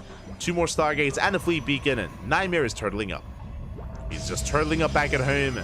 stabilizing on 4 bases. He's going to be maxing out and getting into Sky Toss, which means Solar is safe and sound. Solar, he's not dying anytime soon. He will get away with his tech. Ooh, big storms though on the Lings. Lurkers have arrived. Now, once Solar realizes what's going on, and he does have the Overseer in the main, he scouts, he sees everything. He has to make a choice. Now that he knows that Skytoss is on the way from Nightmare, either we try to kill Nightmare before he gets into his carrier production, or we be greedy and take more bases, drone up to 80, take up into a Spire, double Spire, greater Spire, Ultras, and get ready for the late game. So what's it going to be? What's it going to be here for Solar? Depth Harass on the right hand side. Let's distract him for a moment. Upgrade still on the way for our Ling, main Hydra. The Hydra Lurker Viper. +2 range just now starting. Solar's moving out. Oh, Solar running into the main army though. Lurkers do bar, they take down a lot of Stalkers. Nightmare does manage to get some storms off. Solar will force him back. Yeah, more Lurkers on the way. Solar, he's going for the kill. He saw the tech, he saw the would-be Sky Toss, and Solar wants to end the game here and now. Zealot runs into reinforcements. Ultras are caught out. So Lurkers are caught out. I keep saying Ultras. Yeah, we deny all the Lurkers. And we shut them down as well. Nice revelations, Lurkers are picked up. And Solar, he's forced to transition. Spire is on the way. So Solar, he's backing off. He's taking up into Corruptors, into Broodlords. With that Morphin of Lurkers, clearly Solo did want to try to kill Nightmare, but alas, he won't be able to. Nightmare, he survived. He has survived. Carrier production has commenced. Solar coming in once again with more Lurkers. And there's no shield battery here at the natural. A very exposed base, and we're pushing in. Lurkers, they have burrowed. Big Spinal Tier onto the ground army, but carriers reveal themselves. And we have detection. Yeah, Solar has to back off. The carriers got here just in time. Ooh, big storm on the Lings. We did get a High Templar. Did manage to get a High Templar as Nightmare pushing in once again, catches more of these Lurkers. Storm on the Hydras as well. Yeah, Solar, he's running out of anti-air. He has to back off. Does have to retreat at the same time. A big Zealot counterattack does deny the 5th. Gets into the 4th as well. And a lot of drones have been getting picked up. Also, 10 workers going down. The hatchery down to half HP. Nightmare, he's holding his own. And his army becoming that much more refined. Arc on Storm, Immortals, carrier production. Nightmare is building up his death ball of an army, and Solar has to reluctantly tech up. Still only on 1 Spire. Solar taking another base, taking a 6. His worker count is solid, is what I will say. Solar is on 83 drones. Maxing out once again. The upgrades are a little bit lacking, and we'll see if Solar does try to embrace that late game a little bit more. What I mean by that is like a 2nd Spire and double upgrades and a greater Spire. With the arrival of these Vipers, I think Solar wants to try to push in. Nightmare has yet to max out.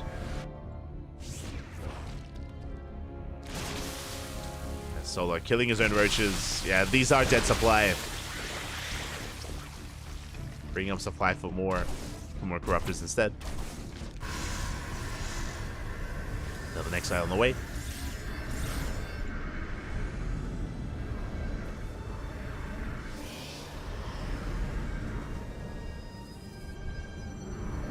The Nexus on the way here for Nightmare. He's in position. And you can see that how different the dynamic is between Nightmare and Solar and Nightmare and Rainer on Ghost River. Because the map is so much larger, because the map is so much more defendable, like Nightmare, he's got a solid line of sight defenses towards left hand side. He's safe and sound. He can focus his attention on the right instead. We do get an abduction off. We do catch a carrier. We're looking for another. Ooh, 3 high Templar go down. Big overextension by Nightmare. Massive pickoff. Zealot run by does hit the sick. Forcing a reaction. You can see the Archons zoning away those Corruptors. Corruptors, they want to dive on that carrier. They just barely can't. Feedback on the Viper. Moved by Nightmare. Meanwhile, Solar, he has defended, collapsing on the ground army. Ooh, barely doesn't get the Archon. Oh, does. Does get the Archon in the end. Good pickoff. Nightmare pushing in. Reinforces with more High Templar. As he moves out, so the Lings move in, and no side defense, no cannons, no shield batteries. But Nightmare, he doesn't stop. Big storm here on the Corruptors. Solar trying to collapse on this. We're deep on creep. The storms are still looking solid. We still just zone away these Corruptors. They cannot engage, but no more storms are left. Yeah, no more storms available. We dive on the arm. We focus on every single carrier. Nightmare did overextend. He pushed too far in, and he will lose everything. Every Archon, every carrier. Nightmare gets cleaned up, and now we can counterattack. Now, unfortunately, there's no Greater Spire. Otherwise, bam, we can just warp in a wave of Broodlords. Instead, we have Hydras. Consul can do well, though. With a wave of Hydras on the way, we go for the base. We go for the Nexus. Oh, no. We almost got it. Solo pulls back, more concerned with saving his units than killing the Nexus. But that's fine. We have plenty on the way. And Nightmare, he's stuck without any Skyjals left. He's got Archons, High Templar, getting into Immortal production. Nightmare needs time. And Solar is remaxed. Solar should not be giving him that time. Yeah, he takes down the 5th. Well, takes down the 6th. Now going for the 5th base. Catch the Observer. Observer's going down. Hydra's pushing forward. We have Lurkers in position. Even coming in from behind. A little bit ambitious there. But Solar, he's just shutting down this army. Again, punishing Nightmare for overextending. Good storm. But even with these storms, Solar just has too much. He's just overwhelming Nightmare. Snowballing out of control. Breaks on into the natural base. Corruptors towards the main, camping the production, and the wave of Lurkers cannot be stopped. Big spine shots going off with throwing down the caustic spray on the base, on the production, on the gateways. A lot of Corruptors are going to be going down to these Stalkers, but it doesn't matter. Not anymore. Solar has done it, and Solar, he's forcing that ace match. He's not going down without a fight. God, massive spine shots going up here. On the army, on the Archons. 5th base going down. And yeah, Nightmare, he has nothing left. GG gets called. Solar ties up the series 1-1. We're going to the ace match. GG. Whew. GG, well played. We're going all the way to game number 3. Let's go.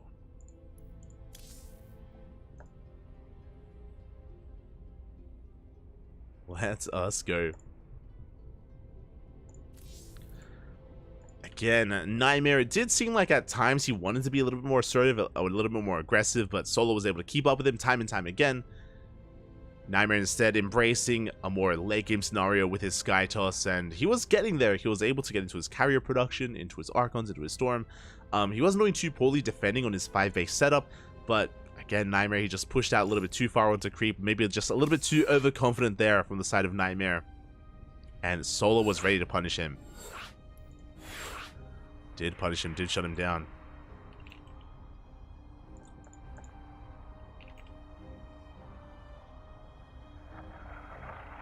Ooh, as we have found ourselves in the ace match.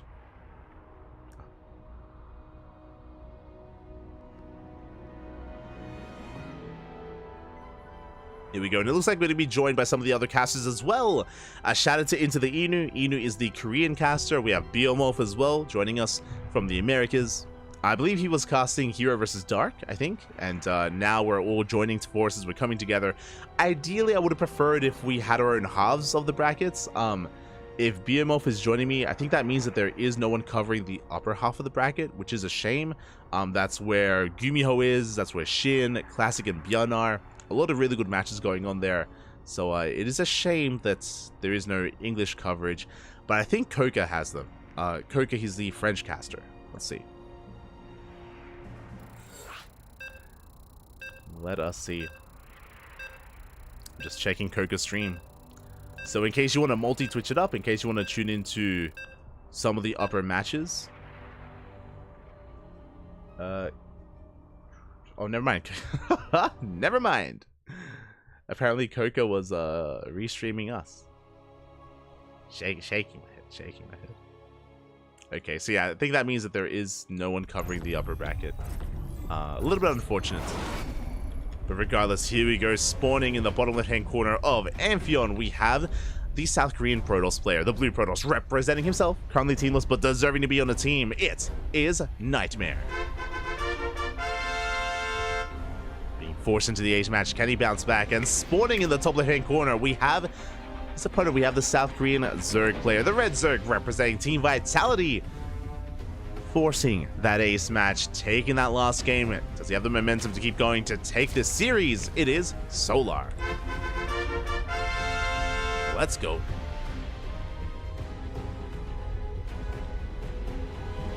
Solar should avenge the Zerg Nation. Oh.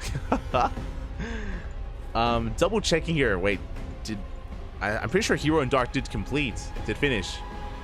Do we have an update? We do. Hero took down Dark 2-1. Oh boy. And Shin got taken down by Gumiho as well. There are no other Zerg players left. Fun fact, Solar is the final Zerg player left in the tournament. He is the Zerg Hope. Raynor has fallen, Dark has fallen, Shin has fallen as well. No other Zerg players left. Only Terran and Protoss. And Solar. And Solar as we are getting into the ace match. Solar going for a hatch gas pool.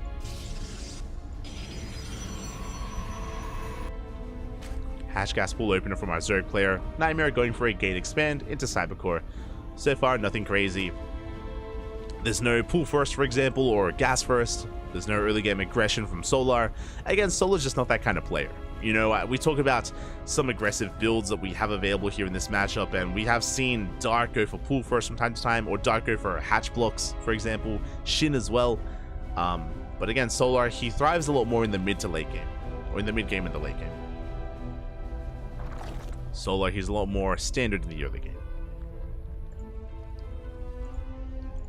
He's not an animal like Dark. Aye. Which I do appreciate. It does show that that the Zerg players in Korea, a lot of them, they have like their own style, they have their own flair, their own personality. That's reflected in their play as well.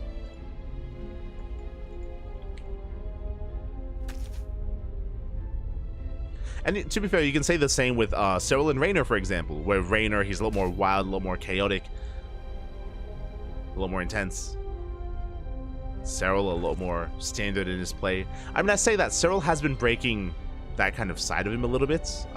As of the past year, maybe the past 2 years, Cyril has also been a little bit cheesier and has been mixing in like all-ins and aggression as well. It's been great to see Cyril like grow as a player and start to embrace that side of him a little bit more. Showtimes are doing that as well. It's cool to see. Spreading their wings.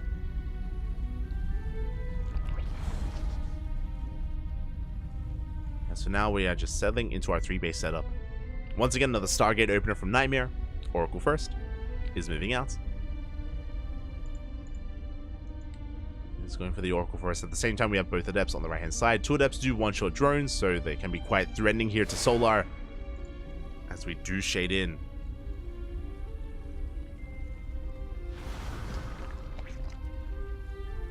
To threaten a shade towards the natural. Oracle pokes in, but we have the Queens in position. So far, so good. Solar's keeping up. Behind this, we have our third base. Interesting, Nightmare mining through these minerals, and he's taking the triangular third instead. We have brought this up. This is one of the main features of this map. Oh, going for the stasis. And it does go off. Big stasis here on the Lings. The third base is safe and sound. But we did get into the main. We get one, we get two. 3 probes here in the main base. That should not have happened. Big pick off there by Solar. As at Eps, they commit to their own shade as well. But good reaction from Solar, minimizing his losses. Doesn't lose many drones. And the Eps, yeah, they're shut down. What I was getting at is that you can mine through these minerals and take a more secure third base. We have a ramp, we have rocks as well that have to be knocked down. Solar, though, he was very quick, very fast to mine through those minerals, and he is here with his Lings. And keeping the pressure up on Nightmare. And forcing Nightmare to stay back at home. Lings, they get peeled off into the natural. Ooh, 2 more probes go down. Nightmare is getting pulled apart right now. Solar in the main base almost gets another probe. And again, a big reason for this is that Nightmare SimCity is here on the right-hand side. He has not walled off that area in between his natural and his third. Well, doesn't have anything there to wall off, I should say.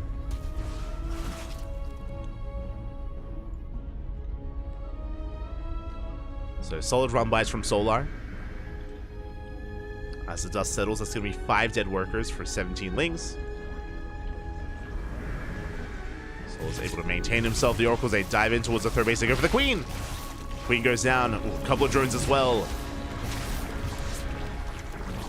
Not bad from Nightmare. The Oracles barely survive. And that's a lot of the depths moving out. Oracles back off at Eps. They situate themselves here at the entry point, at the mineral wall.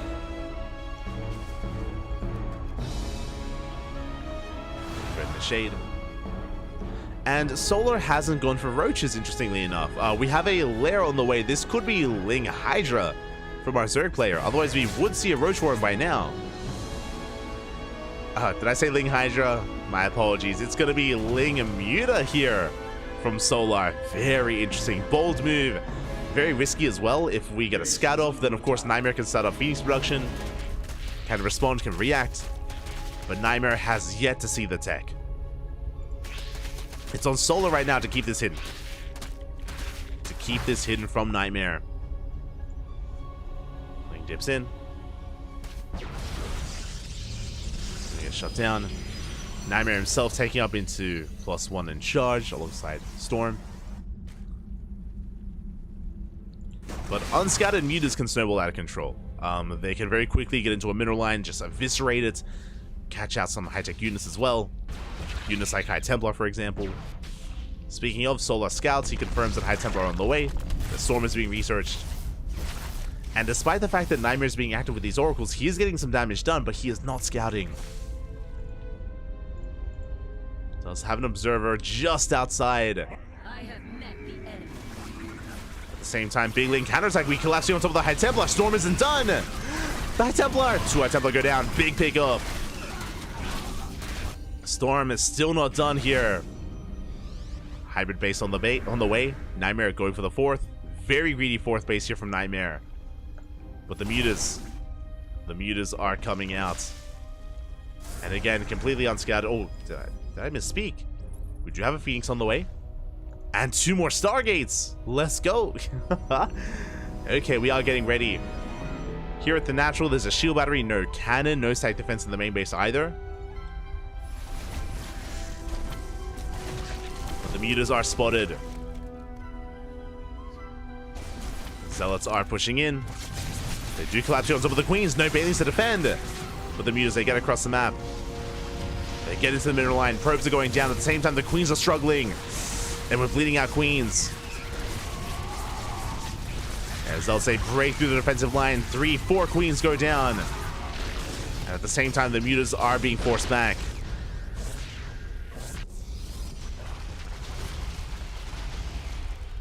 Phoenixes, they shut down the mutas, at least initially. But we're doubling down. We have +1 air attack. More mutas on the way. Now, against a small amount of Phoenixes, we can still shut them down, as you can see here. Solar can still fight back. But the longer this goes on, the higher the Phoenix count gets, the more difficult it's going to be for Solar. His initial wave of mutas were not worth it. Here we go, we get into the mirror line, still no cannon, still only one shield battery.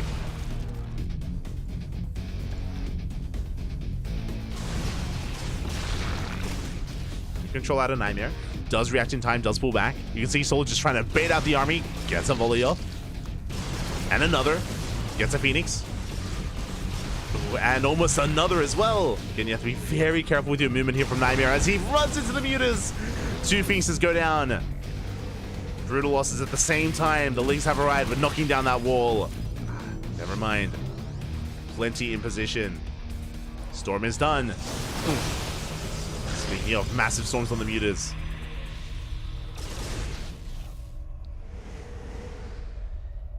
Storms, they do connect. Solar rotating around. Behind this Solar, he's on 80 workers, has a solid economy. Now what's important here, even though Solar isn't killing Nightmare per se, but Solar is left alone, right? Like his bases, his economy has been left untouched for quite some time. The Zealot run by earlier killed Queens, but did not kill drones. And now Solar is reinforcing with Corruptors. The Corruptors, they zone away the Phoenixes. As the mutas break through, we go for the gateway. The gateway goes down. Lings, they flood in. We're breaking the natural. Shield battery goes down as well. Good target firing here out of Solar. And the main army was out of position, but now we have storms. Solar, he does respect the High Templar. He backs up, retreating from the storm and from the Archons. Oracles are being thrown away. Bit of misjudgment there from Nightmare as he rotates around. He's going for the hybrid base, going for the 4th. And Nightmare is out of position, dragged from one end to the other. His army's rotating over. We catch the Prism at the same time. Ling run by here towards the natural, and Nightmare cannot keep up. And the shield battery was not rebuilt. No shield battery, no cannon. The Lings, they break through. At the same time, Nightmare, do we just go for a counterattack? Do we just go all in? I say all in. Do we just commit? We're going. Do have storms. Nightmare threatening a push. Solar, he ignores it, just goes for another Ling run by. Stays at home with the mutas.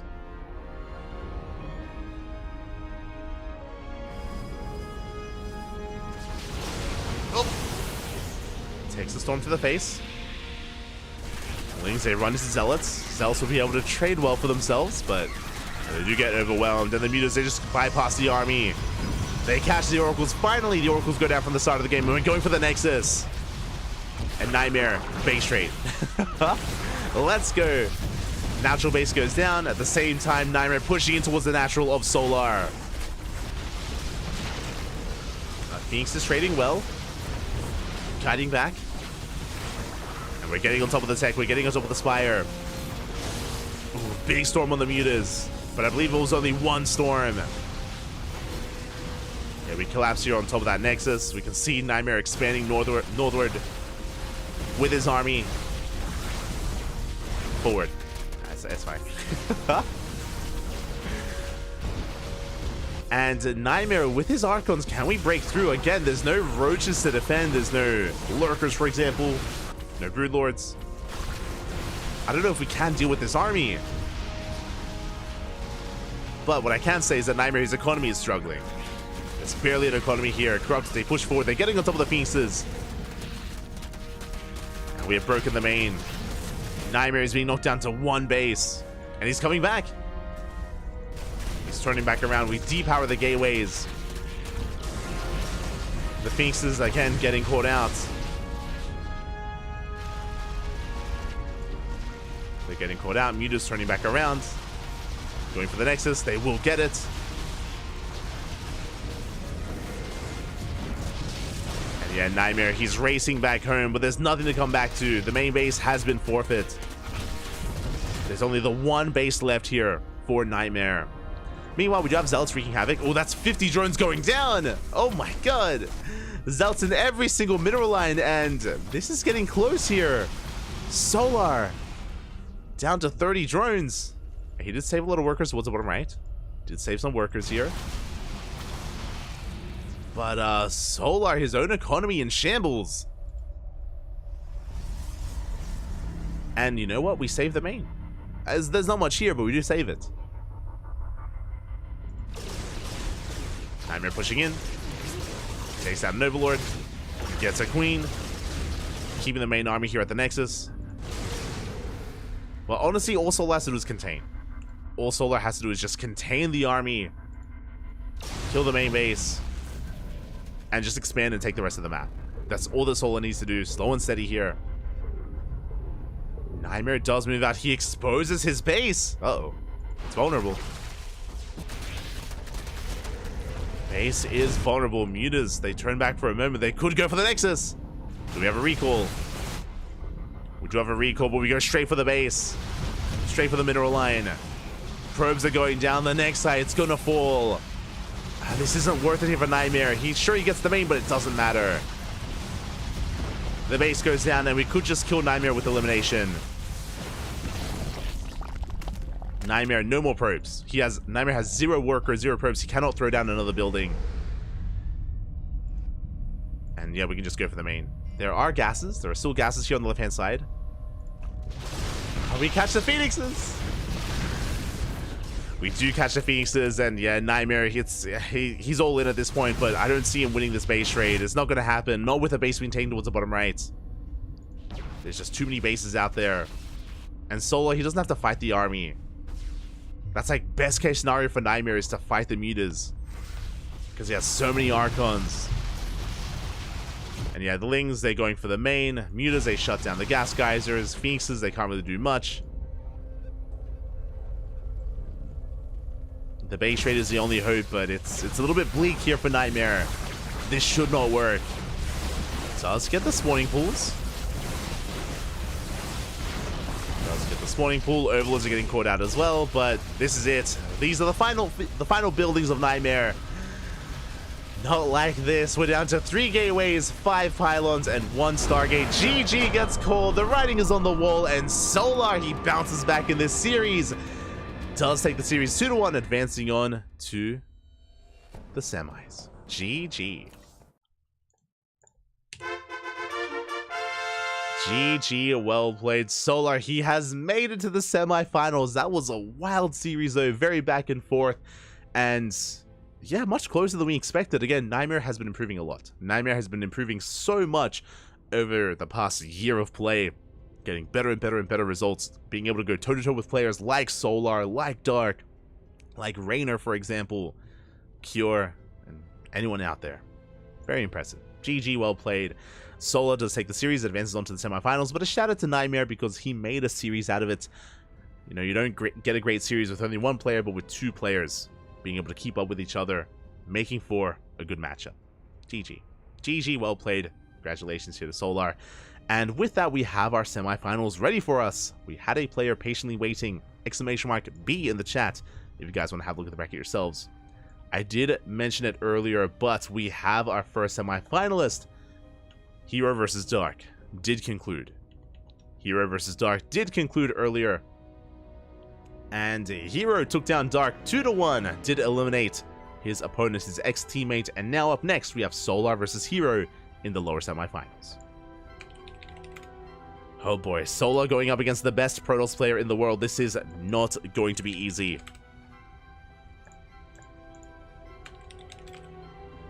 It's not going to be an easy one here. As Hero, he is a beast. He is a terrifying opponent. Scrolling up, we do have the upper semifinals already starting. We have Gumiho versus Classic. Gumiho takes down Shin 2-0. Classic takes down Byun 2-1. Very nicely done. Very impressive there from Classic. Byun has been eliminated. I know that he is a fan favorite, but Classic has been on fire. And now Classic going into another Protoss versus Terran, but a very unique Terran player. Gumiho is very unorthodox. Gumiho is a very unique player, playstyle wise. Comes up with his own builds. Is not going to be an easy one for Classic. So I wish them both the best of luck. From my understanding, I don't think there is anyone casting that series. Let me just double check. I'm just double checking Koka's stream to see what he's in. Koka, of course, he's the French caster, and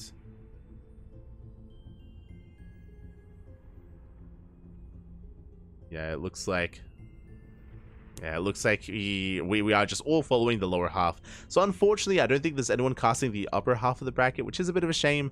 But we'll at least follow the semifinals into the grand finals thereafter. So we'll get there. We will get there.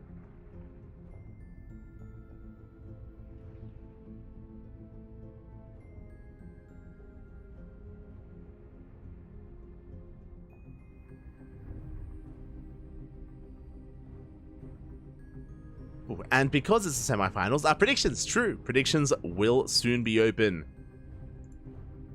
So we can place our bets on how we think this series will unfold. We'll get there. You can get your gamba on, papi, your gamba.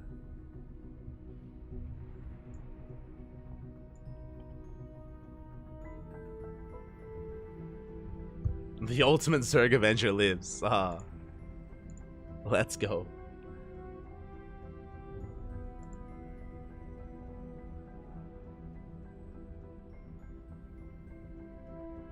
Catching up in the chat. There's a secret agreement between Zerg and Terran. Protoss must not win. Ah, if only that was true. Now that Nightmare starts beating Raynor and Solar, is it time to finally panic? I mean, Nightmare has beaten Solar before, even in the last patch. I don't know if you know this, but it was the last season of GSL when Nightmare defeated Solar to qualify for GSL. Like that did happen. So just to make sure, because again, I mentioned before that a lot of people like overlook Nightmare. A lot of people don't watch him too closely or follow him too closely. But Nightmare was beating Solar even before the patch, so I know that there's a narrative that wants to be sold at times, and I mean Solar did win in the end. Oh, we have a party. So I would say more that Nightmare has been improving. He's been improving quite a lot. So it's great to see him kind of come into his own and now more regularly threaten some of the best players in Korea. And again, hopefully he gets a little bit more notoriety from the people out there as well.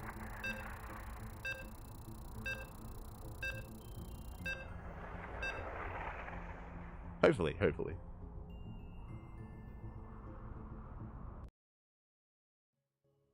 Not that he doesn't look nice every day.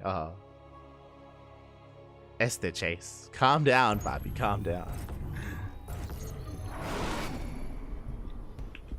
And here we go, spawning in the bottom right-hand corner of side Delta, we have our South Korean Zerg player, the Blue Zerg, representing Team Vitality. Ooh, taking down Nightmare 2-1 in the previous series, making it here to those semifinals, but he's up against the best Protoss in the world.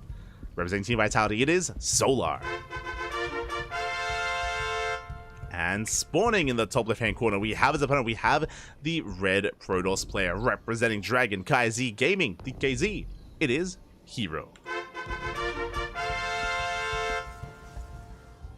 Here we go. Oh boy, now Hero, he is an animal in this matchup. He's very unique, he's very aggressive. He's a very aggressive player in the PvZ matchup. We saw that a couple of weeks ago when he faced off against Raynor in the grand finals. Did shut him down quite hard. Likewise, Hero, he already took down Dark, and Dark is considered to be the best Zerg player in South Korea. Solar being top 2 alongside him. So Hero, he's just working his way through the best Zerg players in Korea, and can Solar keep up with him? I want to say he can, but the pressure is on. Personally, I would love to see an ace match. I'd love for this to go the distance here, so we can get as much as we can out of these two players, but we'll see.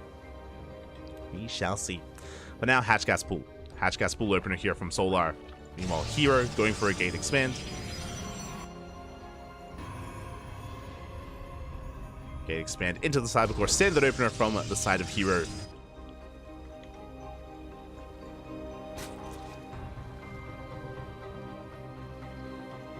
As we settle it in. Oh, I almost forgot. Predictions. Of course. My apologies. Hero and Solar. Okay. And if you're in the chat, predictions are open. Predictions open. You can place your bets on who you believe is going to advance on to the grand finals. Will it be our Protoss or our lone Zerg player? Who will it be?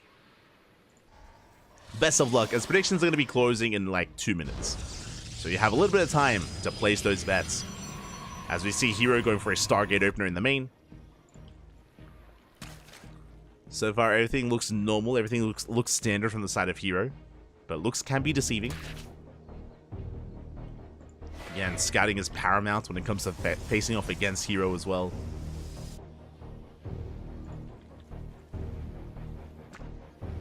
As for now, we're just settling into our opener. Again, we're loading into Side Delta. Side Delta, one of the more macro or standard maps in the map pool.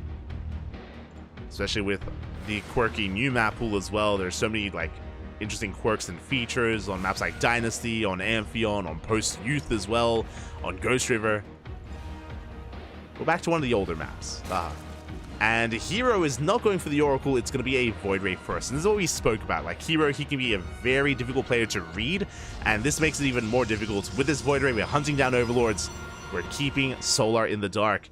And behind this, we could go into Glaives, could go into Skytoss, could go into a standard third base timing, into a standard game. We'll see. Now, if I remember correctly, something that we saw a lot from Hero against Raynor is going Void Ray first into only one Oracle, skipping the second Oracle and going into Faster Blink. Going into Faster Blink instead, just a very kind of safe opener behind it. Prioritizing Blink, getting it a little bit quicker, so we can be active on the map and defend against all ins.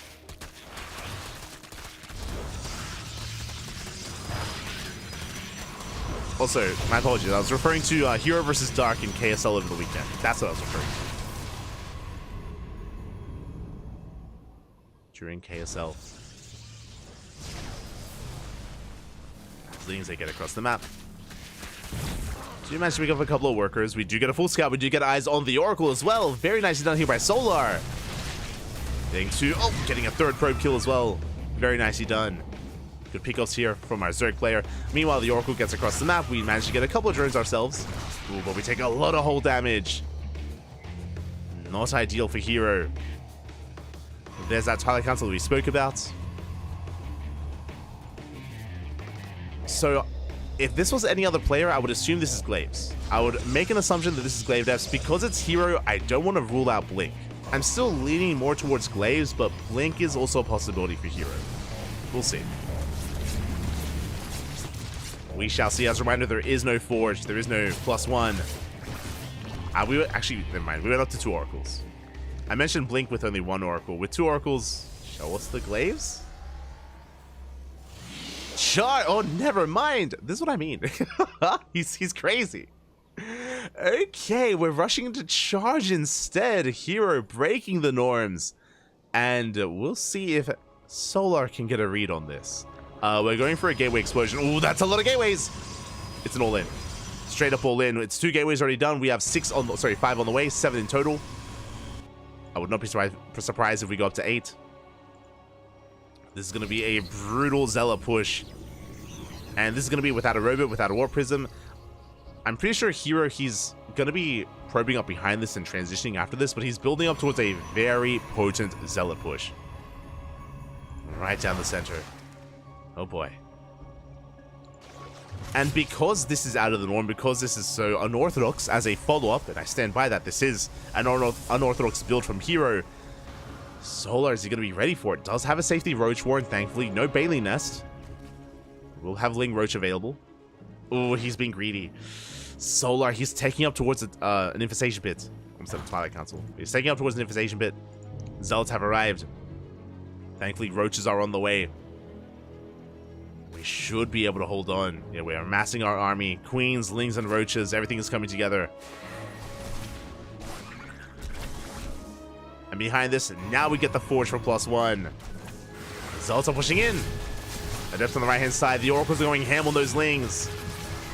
And we have more reinforcements on the way. Zealots trying to get us around on the Queens. We do get us around. Clutch Transfuse does keep the Queens alive, but some of them are finally going down. Yeah, 1, 2, 3 Queens fall. And the Zealots, can they break through this mineral line? More Zealots are coming. They're coming in. More reinforcements on the way. Nice hold position micro with the drones. Very nicely done. As Hero, he shuts down even more Roaches. This isn't a bad trade, and we have another wave of reinforcements on the way for Hero. But Solo holds. Solar holds on, and looking at the trades here, looking at the units lost, we only lost 3 queens and 3 drones. That was a very impressive defense here at the third base. And Solar, he's up in workers, he has a 4th hatchery. The roach count is getting higher and higher. This was not good enough for Hero. Not good enough. And sure, like Hero, he's working on a 4th base. He's working on Blink, on +1. But Blink and +1 and this 4th, everything was delayed in favor of this Zealot push. And it wasn't worth it. He was hoping for more damage. And I'm sure against a lesser player, maybe he even kills the Zerg player then and there. But Solar, again, he has some good positioning, good micro, transfuse, kites away, and he holds.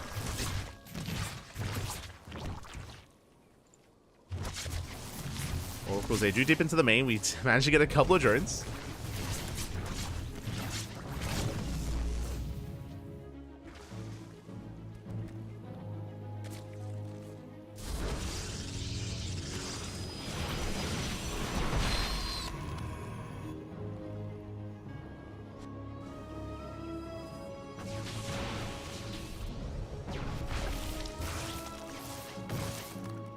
Let's hold on. We can see Hero going to be transitioning into, again, this plus holding Stalkers. I imagine a Templar Archive is going to be on the way as well. Momentarily going for the Robo. Okay. That Robo instead. And there's a lot of pressure on Hero right now. There's a lot of pressure as Solar is taking up into Hive Tech. Hive is done. Lurker Gen is on the way. But Hero, he does catch the base. Hatchery goes down. Hatchery does go down. Solar engaging with the army. We clean up the Zealots. But the base did fall. And Hero, he keeps most, if not all, of his Stalkers alive. You can see here, 2 Stalkers went down. Good trade for Hero. But here come the Lurkers. Remember earlier, with the initial push, I was scared for Solar's life because of the tech, because of the Infestation Pit. But he got away with it. He got away with the Hive, he got away with the Lurker Gen, and now Lurkers have arrived, and Solar, he's ahead. He is just straight up ahead at this point. Has a superior army, has the better composition. When Solar maxes out, when he pushes, I don't know how Hero holds. Outside of, I don't know, disruptors or storms. Yeah, the Lurkers are revealed. Letting Run By gets in. We catch a couple of probes.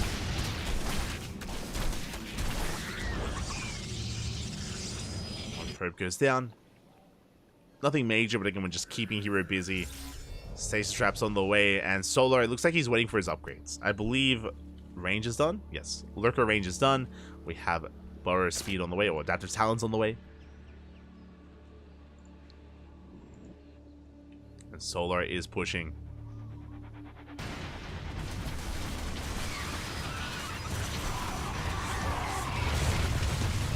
Solar is pushing out. He does have a massive wave of Lurkers behind this. And we don't have Storm. You can see Hero faking his opponent out, faking Solar out, scaring him off with High Templar that can't do anything. Back across the map, we do kill a Hatchery. Hatchery gets picked up, forcing the recall. And Solar, he's still just overwhelming Hero. Has to fall back here with the recalled army. But once Solar consolidates his forces, he can fight back. Bleeds out a lot of roaches. The Solar is rebuilding, remaxing. More Lings, more Hydras on the way.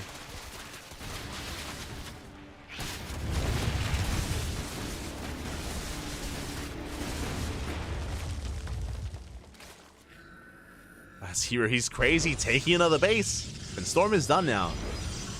Storm is done for Hero. He's holding for now. But it's still an uphill battle here for the Protoss. Solar collapsing on these Stalkers, gets punished by the Oracles. At the same time, Solar, he has eyes on these Immortals. He wants them.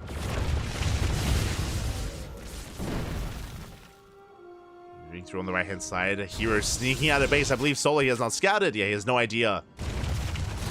Has no idea the base has been taken.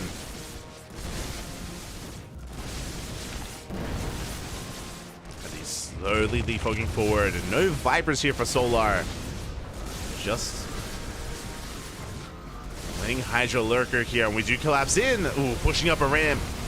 Big spine shots going off. We're coming from behind. The Stalkers get annihilated. The Ground Army gets annihilated. And Solar is snowballing out of control. The storms are coming in, but too little too late. Big storms on the Hydras. Oh my god. But again, Hero, he lost his army already. The storms were for naught. And at the same time, we have Lings busting into the natural, Lings busting, Roaches busting into the main. GG gets called, and Solar takes game number 1. GG. GG. Very nicely done here from Solar. Again, despite the unusual build of Hero, despite the initial charge lot push, the charge build from Hero, which again was very out of the norm. Solar, he was able to defend, able to minimize his losses. He had some great hold position micro at his third base, keeping his queens alive. And with that, after the defense, Hero was just behind. He just fell too far behind after the failed push.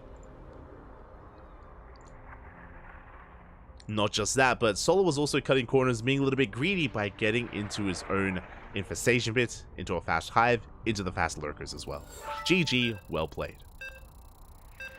GG, and with that, Solar is 1 game away from those grand finals. Hero, we need to tighten things up if we want that ace match. I appreciate the quirky builds, but we're going to have to wind things back here as we get into game 2. I have to calm things down, Poppy. Let's go.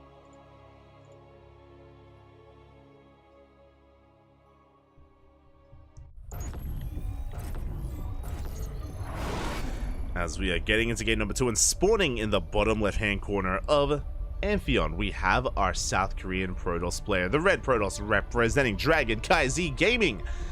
Down in this series, he has to fight back here and now to force that ace match. It is Hero. And spawning in the top left-hand corner, we have his opponent. We have the South Korean Zerg player, the Blue Zerg representing Team Vitality. It is Solar.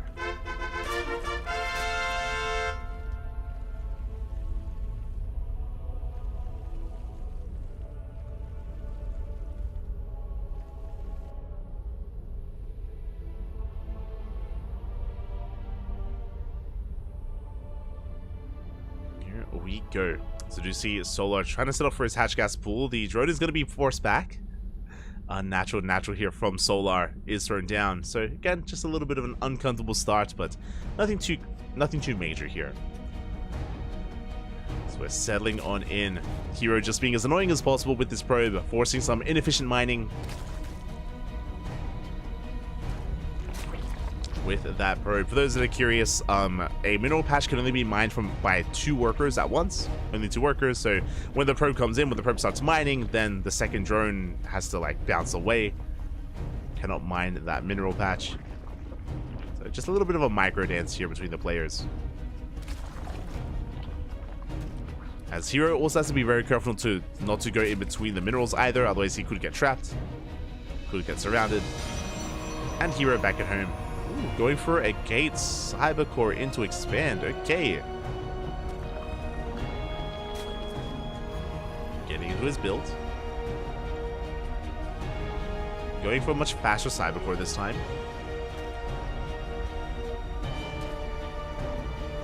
He's going to be forced back. Depth on the way. Warp Gate as well. And this looks like a Twilight Council opener. Okay. Interesting. Very interesting build. So the reason why I pointed out that the Cybercore was faster, typically a standard opener in this matchup is a Gate Expand followed by the Cybercore. This time Hero went Gate Cyber Expand, which means faster Cybercore, faster Adept Aggression. We still do cancel. Okay, going for the Stargate. And we recheck. Solar, having the wherewithal, does pivot back around, does confirm that there is a Stargate on the way. Whew. He knows. Hero trying to pull a fast one there on Solar. But thankfully, Solar does confirm. Adept gets across the map. Oh, this position is brutal, by the way. You're going to hit the low ground. You can hit the mineral line from the high ground. Jesus. Now we see why we wanted the Adept a little bit faster. And the Lings, they get shut down. Hero shading once again onto the high ground, raining down upon the mineral line. This is brutal. Now, thankfully, it's only one adept, but another is on the way. Oh, God. This is... Yeah, this is a bit of a rough start here. The drones are battered and bruised. Now, thankfully, Solar, he's able to, you know, stabilize somewhat here. Did lose 4 Lings, so had to rebuild. That will eat into his drone count. As Hero, he's mining through the minerals on the left-hand side. Solar does confirm that Hero is going for the triangular third. We mentioned before that this third base is a lot more secure in this matchup because you have to mine through either your own minerals or knock down these rocks in the center of the map to gain access to the side to harass and to try to punish the base. So even though Solar has all these Lings, he can't touch this Nexus. Cannot touch it, cannot harass. It's a very safe base to take here, unless Solar had mined through these minerals earlier, which he didn't.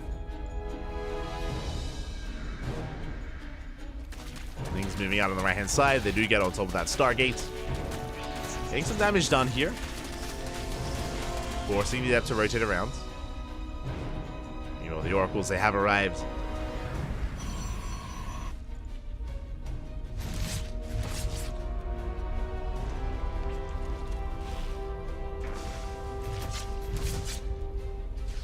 Oracles have arrived. Overlord is being shut down. Oh, we just... I didn't realize there's surfboards here. Ah, let's go. It's a bit of a beach party. I never... Yeah, I just never looked. Okay. It's cute. I always appreciate when there's like little Easter eggs that map makers throw down. Like the Moopies. Like every now and then. The Moopies, for those who don't know, those are the Ewoks that you see sometimes. They're like partying or dancing. Ooh, as speaking of, we do end up bleeding out an Oracle here. Extension from Hero. Does get behind the base. Not quite getting much done. Getting a full scout. Making sure that there's no earlier gases, no early lair. We can see that Solar's just been droning up, taking a 4th base, and now getting to his own lair off of his 3-base setup. Now, because there's no Roach Warren yet, Solar, he may be opting to go for a Hydras or a Spire. We'll see if we throw down a Roach Warren when the lair is halfway done. That would be in time to start up Roach Speed. Otherwise, we're going for a higher form of tech. And with all these gases, it does feel like maybe a Spire again. I say that only because the last time we saw Solar on this map against Nightmare, we did see a Spire, we did see Mass Muta. Could still be the Hydra Den. Lair is almost done, still no Roach Warren. Meanwhile, Hero going for a massive gateway explosion. Uh-oh, that's how many gateways? 5 gates done, 3 on the way, 7 in total, plus a proxy. Hero is going for an all-in. He's going for a 3-base all-in. He does get caught out, though. He is caught out by the Lings. Adepts are going down. But what's scary is that we're going Ling Hydra, and this is almost a repeat to what we saw not too long ago between Nightmare and Raynor, where Nightmare was going for an 8-gate all-in and Raynor skipped his Roach Warren. Likewise, Solar has to defend with purely Lings and Queens. It's not going to be easy for Solar. Does catch a couple of Stalkers though. Late Blinks. Blinks for late. Hero focusing on the right-hand side. Pushing on 2 ends at once. This is going to weaken the all-in, but Hero, he is on the 4th. Ooh. Almost using a Stalker. Is reinforcing. How many gateways do we have? We have 8. Now 9 gateways here from Hero. So basically Hero, he's 3-base all-in. Again, very limited saturation here at the 3rd base. It's all or nothing for Hero. He does kill the hatchery. Now he can focus on his left-hand side, on the main push. One of the gateways is depowered, but he's still on 8 gates. That's why he made a backup 9th. Oh, this choke point is brutal, by the way. The Lings, they just cannot engage, but we have gotten into Hydra production. Hydras are amassing. That will help. Solar buying time. At the same time, going for a big Ling counterattack, but we have reinforcements back at home. Stasis trap is set up. Lings, oh, do not trigger it. Up. Does trigger towards the end. Good move there out of Solar. The concave is brutal. And look at how many Hydras we have. That's 11 Hydras we've held. And you can see Hero, now he's probing. Now he's probing up. The all-in did kill a base, but did not kill Solar. And now Solar, he's getting into Lurker tech. There's still a lot of pressure on Hero to keep pushing. We have to commit. Better angle here from Hero. Getting on some of those Lurkers. Lings, they bust in, they knock down the rocks. They slip into the mineral line, probes are going down. No shield battery in position, by the way. Hero, he's in trouble. Hero is all in. I mean, he already was, but now even more so. As Hero leads out 8 probes across the map. Still Hero, he's trying to re-probe, trying to get into his zealot speed, but GG gets called. Solar, he busts into the main base, defends the all-in, and Solar will take the series 2-0, advancing on to the grand finals. GG. Bappy. GG, well played. That was a terrifying build there from Hero, going for the 8-gate 3 base all-in, or I guess technically 8-bait, like 2.5 base all-in. It was brutal, and he was able to kill a base, but part of me also feels like because Hero's all-in was split, because he had, you know, a force on the left-hand side, force on the right, sure, he killed a base, but he wasn't able to gain any more ground than that, and time was on Solar's side. He just needed a little bit more time to get into his Hydras. Once he amassed out a large enough Hydra count, once he got up to 11 Hydras, he was perfectly safe and sound. He did defend, he did shut down the push. That is all that Hero had left. You could see that Hero, he was trying to pivot away, he was trying to probe up and work on the next step, but Solar shut him down, knocked down the rocks, made sure that there was no mining going on at that third. GG, well played. Very well done there by Solar. He survives, he defends against the aggression of Hero, and again, this is also why we love Hero here. Game 1 and Game 2. Game 1, it was Hero going for a Void Ray opener into charge, into like a wild 8-gate charge all-in, like an initial charge push, and I mean, it didn't work, but it was very unique, very unorthodox, and we've seen that stuff work against players like Raynor, like Dark. Like, Hero does catch these players off guard. Solar, though, a little bit too prepared for that. Was able to deal with it in the end. Likewise, here as well, Solar survived the aggression. GG. Congratulations, Solar does advance on to the grand finals. And who is waiting in those finals? Let's find out. Exclamation mark B. Exclamation mark B in the chat. If you guys want to have a look at the back yourselves, it looks like, do we have an update? We do. So I do quickly refresh. We have an update. Gumiho takes down Classic 2-0. This is what we spoke about. Gumiho is kind of similar to Hero in a sense, where Gumiho comes up with his own builds and often does not play standard. Gumiho able to get the better of Classic. Classic may have beaten Bjorn, but Gumiho is a different beast, and Gumiho brings down Classic 2-0. And now we have Gumiho versus Solar in a Terran versus Zerg. Let's go. Let us go.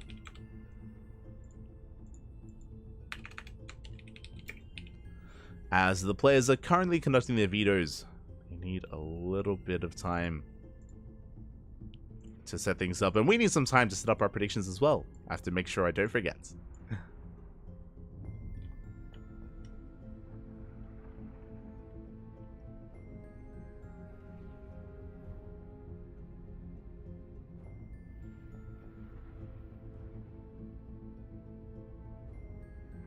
Make sure we don't forget here, and we're going to be going on a short break. We're going to be going on a very short break here. Again, the players are currently conducting their vetoes. In like a minute or so, we're going to be back with the grand finals. Take this moment to really get some water, get some snacks, get some food, go to the bathroom, drain your disruptors, and hydrate your Hydras. We'll be back with the grand finals. See you soon. Ta.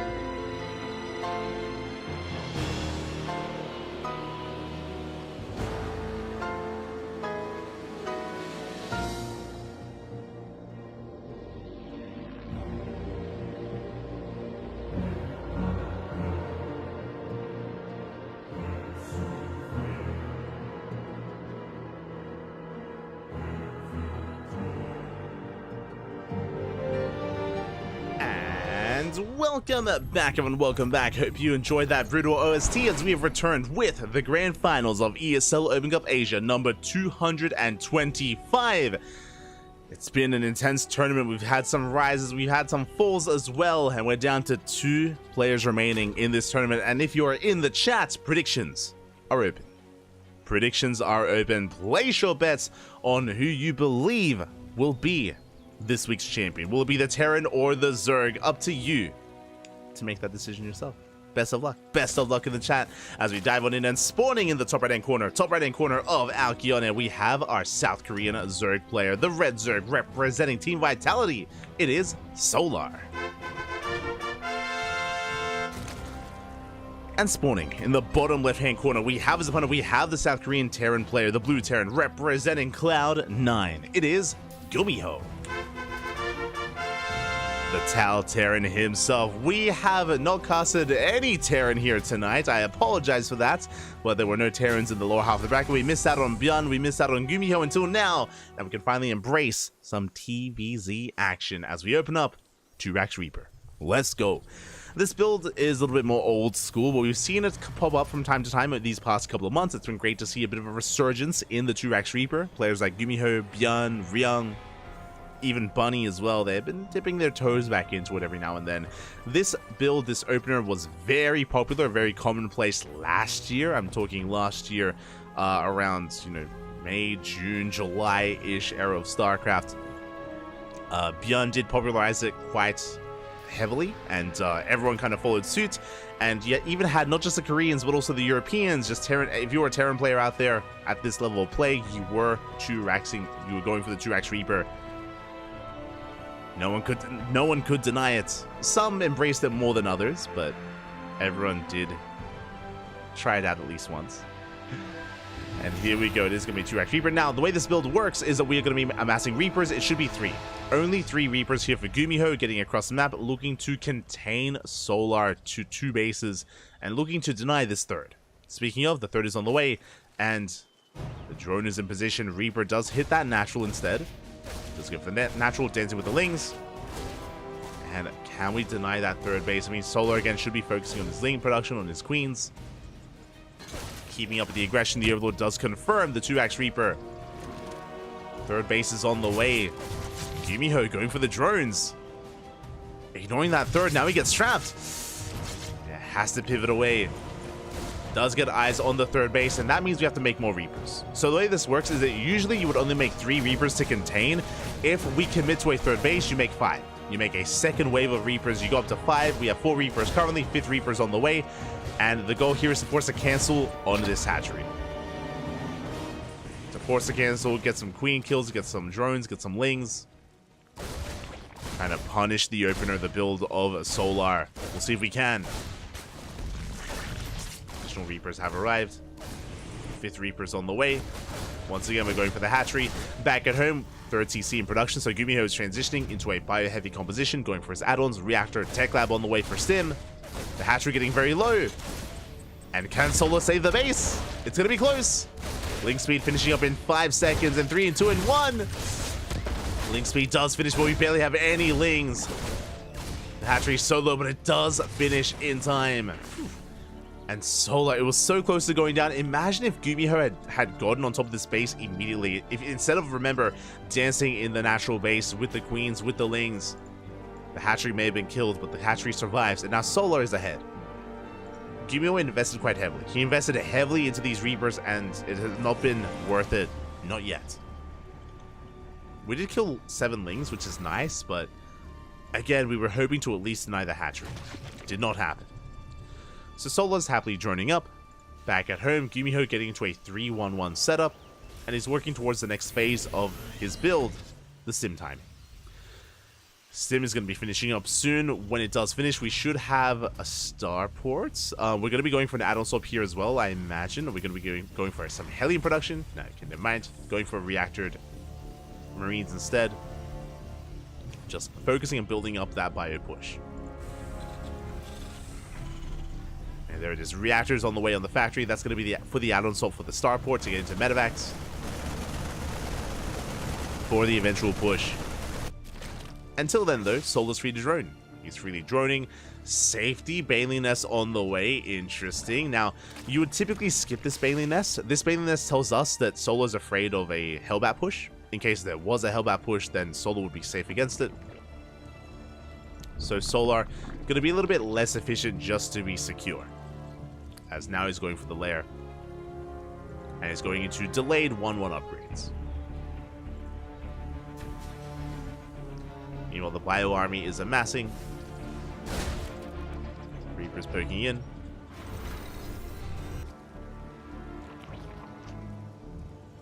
See the chat. If Solar wins, he'll be invited to Marvel's Avengers. So let's go Solar. Even though I like Gumi as much. It's hard to pick. I enjoy both of them. I love that Gumiho, again, he kind of diverts from norms and he is his own player. He has his own style. I appreciate it. Likewise, though, Solar's been popping off here tonight to bring down Hero. Very impressive. So it could go either way. Regardless of what happens, I would not want this to be one-sided. I do not want a 3-0 in either direction. I want a back and forth. I'm also concerned because at some point I'm sure Gumio is going to play mech. At some point. Not this game, but on a map like Site Delta, for example, or Post Youth, I could definitely see mech happening there. Oh boy. For now, though, we can see Solar just settling into his Ling Bane. As a reminder, remember these upgrades, 1-1 was delayed in favor of the Lair, in favor of the Bailey Nest. So Gumiho is going to have a slightly stronger 1-1 timing. So he does move out. Shuts down some tumors. Rotating towards the natural. Bailey's are rolling in. Oh! Hot pick up there from Gumiho. Does save his units. Does save his Marines. And so far, Solar gets away with his fourth. Fourth base is up and running. And again, this is the power of Alcyon as well. This map is known for its macro play, for its late game. Can be difficult to break a player on 3 and 4 bases. Gumiho doing a good job here at just denying creep. Shuts down the creep, waiting for 1-1. Tank production has commenced here for Gumiho. Medevacs are reinforcing. And now with the help of these tanks, Gumiho, he can threaten these bases that much easier. Just apply that much more pressure. And again, there's barely any creep. We do not catch a queen. We get one. One queen goes down.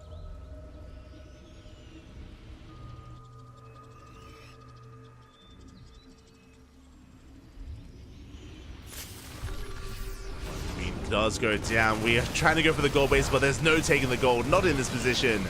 Do you catch the tank though? Yeah, tank is laid to siege. We get one, and we get both. Solar just collapsing on this army, shuts down the tanks. And with that, he will maintain his position, but I believe this gold base is going to be cancelled. And there's no saving the gold. Meanwhile, Gumiho getting his fourth on location. Keeping up with the economy of Solar. Even looking to overtake him. Again, the Zerg player is typically, or should typically be up the base against the Terran. They're about to be on even bases. And without creep, Solar, he just cannot engage. And good pre-spread here from Gumiho. Does take one Bailey to the face. Tanks are sieging. Solar being forced up against his base, against his third. There's very little room to kite back to. As Gumiho just forcing the issue. Again, behind this, he's not all in. He's expanding. Working on 2-2. Bailey's are being shut down. And up! We get some decent connections, but the Marines, they push on forward. There's no more Ling Bane. Solar, he is in trouble. Moving forward with his Hydras. Tank shots going up. And it looks like Solar, he barely will defend. He cleans this up. Gets on top of the tanks, finally with his Hydras. And Solar, he holds. Oof. Behind this, the Lunker Den. The Hive is finished. Lurker Den is on the way, getting ready for some Hive upgrades. Gumiho reinforcing with whatever he has, but he just doesn't have the ground army he once did. We'll deny the fifth, though. Just over and over again. Solar trying to take the gold, cannot hold on to it. Maybe forced to expand, yeah, towards the left-hand side. There we go. We'll get this hatchery. Now, what's scary here is that Gumiho has the better economy. He's on 4 bases. It's 4 base versus 4 base. Gumiho has 74 SCVs, 74 workers plus mules. So Gumiho has the better economy. Solar, Gumiho may not have been able to kill Solar, but he contained him. He contained him and took an economic lead for himself. So Solar's in a bit of trouble. Thankfully, Solar's able to take up into lurkers and Vipers as well. Vipers are coming out.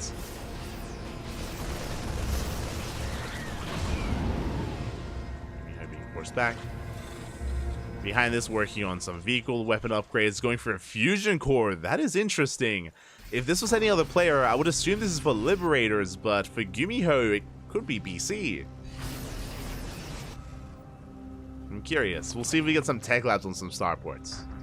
Otherwise, it should just be Lib. The Liberators would be the same choice. Nidastorm is on the way. That's going to be for some lurker harass.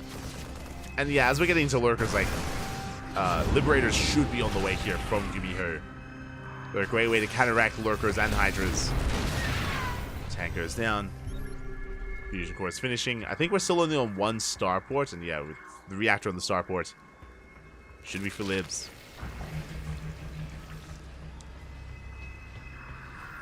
Should be. As the both players have maxed out. Gumiho going to be rotating towards the left-hand side. And again, there's barely any creep. Because of how aggressive Gumiho has been, we have like a handful of active tumors on the map. We're barely really breaking free from our bases. There's advanced ballistics on the way. It is going to be Liberators. Banelings are targeted down. Good pick-up step from Gumiho. He wants the hatchery. The creep is receding once again. Solar rotating over with his Ling Bane, but again, he has very little room to work with. It's across the map. Banelings, we get some connections, but pushing into this 6-tank setup is not going to happen. There's just so many tanks. Banelings cannot roll in. At the same time, double drop towards the main base. Solar getting pulled apart. Would you collapse on top of some of these tanks? The tank line is brutal. Yeah, Solar, he cannot deal with this. You got 2 tanks, there's 4 left. Gumiho pushing forward. Unrelenting here. There's no more Banelings, the Lings, they're falling. And Solar, he's been broken. He has to give up on this hatchery. At the same time on the right-hand side, Gumiho pushing in once again. Going for a split push. Yeah, just pulling Solar apart. He cannot keep up. The Nidastorm across the map gets shut down as well. Gumiho, he attacks and he defends. And Gumiho takes a lead. He takes a lead in the supplies.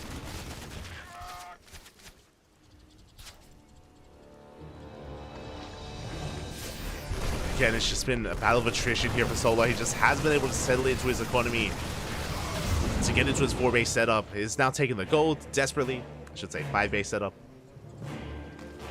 He's trying to get into his gold base. Gumiho rotating around. And what's scary is that Gumiho, he still has all these tanks alive. They survived. And here come those Libs. Now, from here, Solar needs to do something drastic. Something like a Nidastorm into the main base or a big lurker counterattack.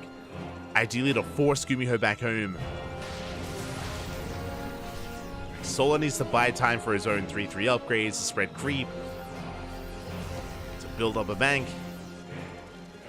to get this gold base. But it's not happening. Gumiho, he has arrived. Yeah, freedom is here. Liberation zone's being thrown down. Do you yoink in some of those tanks? There's still just so much more behind this.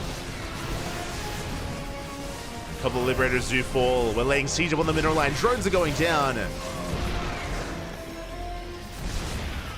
you can see the Liberation Zone just slowly leapfrogging forward. Bullying Solar back. Solar, he does have some Vipers here. He can try to abduct them in. Gets one. Good pick up. Gets one Lib. Over here across the map for that Nidastorm.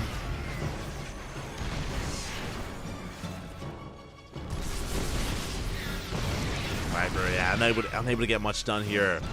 There it is. Nidus Worm into the main. Solar going for a Hail Mary play, but we're in position. No shot. Gumio, he's ready for it. Shuts down the Nidus. Kills the goal base. And again, there's not much stopping Gumio. How many lurkers do we have? 7 lurkers. 4 more on the way. Gumio at the same time pushing on the left-hand side. Getting on top of the base.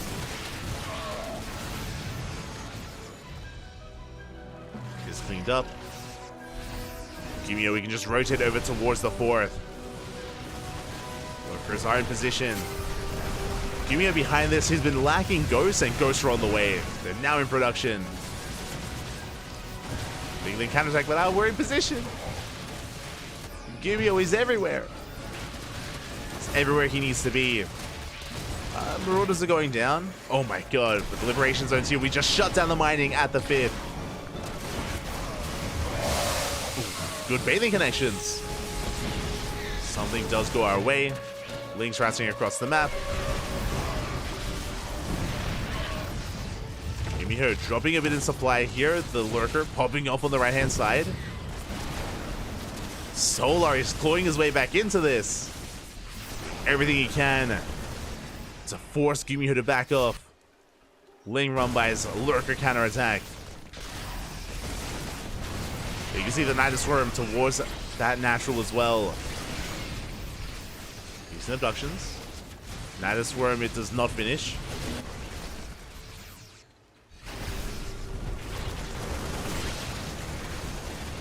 But Solar, he did kill a lot of SCVs. Managed to shut them down. Ooh, we have a nuke on the way. Ghost goes down. Barely picking off those Liberators. And the tanks. Solar, he's still in this. He's barely holding on, barely surviving. Nidus Worm into the main base. Once again, it's spotted by Gumio. Gumio is scanning, is looking for more bases, trying to figure out where exactly your economy is coming from.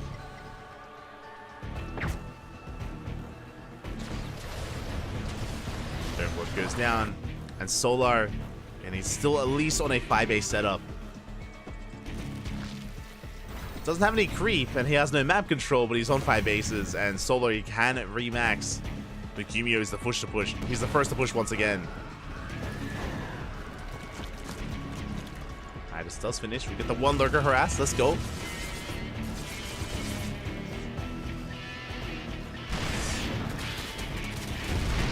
Solar gets a retank, but Solar's out of position, and we dive on the hatchery, and there's no saving the space. The Mineral Line, no! Mineral Line gets caught out as well. That's going to be 17 dead workers, and the hatchery as well. And that was huge. Again, that 5th was keeping Solar in this game. Solar doubling down on his Lurker counterattack. Does get the Ghost Academy. Flying a base. Gumio is racing back home. But we have freedom. We have liberation. Yeah, he doesn't have to go back home. He's rotating towards right-hand side. Making sure that Solar does not get a 5th.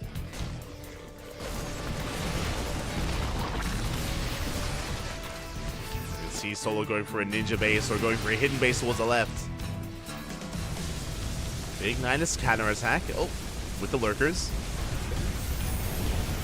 Going to the Planetary. Liberators do force them back. Meanwhile, we do pounce them the bio. Big power bombs here on the medevacs. A lot of medevacs do go down. Lurker stands strong as well. Not a bad fight from Solar. And still being very active with his Lurkers. Takes down the turrets. Nidus finally gets caught. And Gumio is going for the gold. Going for another base. Now, these Lurker counterattacks, they've been putting in some work. They've been slowly chipping away at the worker count of Gumio. We haven't killed an amazing amount of workers, but so we yoink the Ghost and we get EMP'd. We get sniped as well. This was not the play.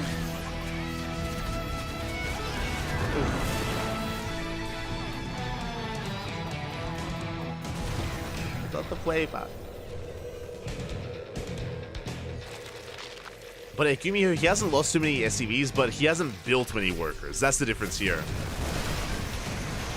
Which is why the worker count is low, but oh my god.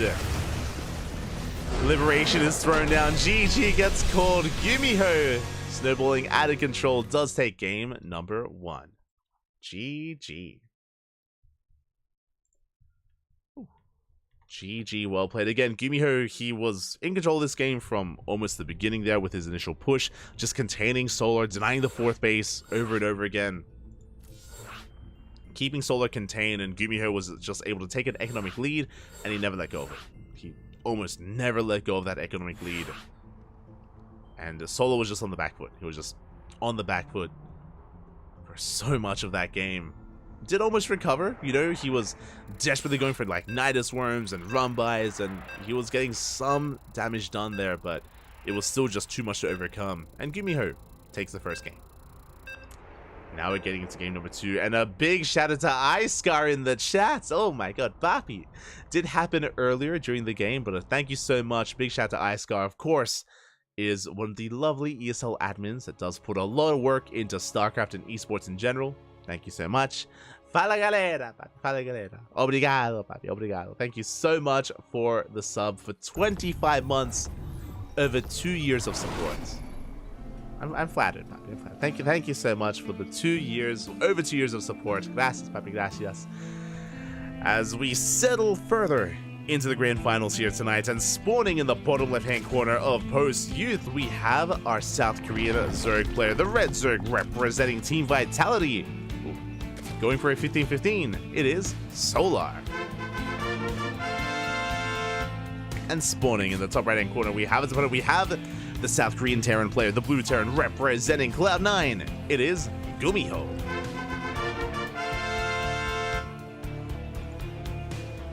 Here we go. Now, Solar with this 15-15 opener, this could be a gasless build.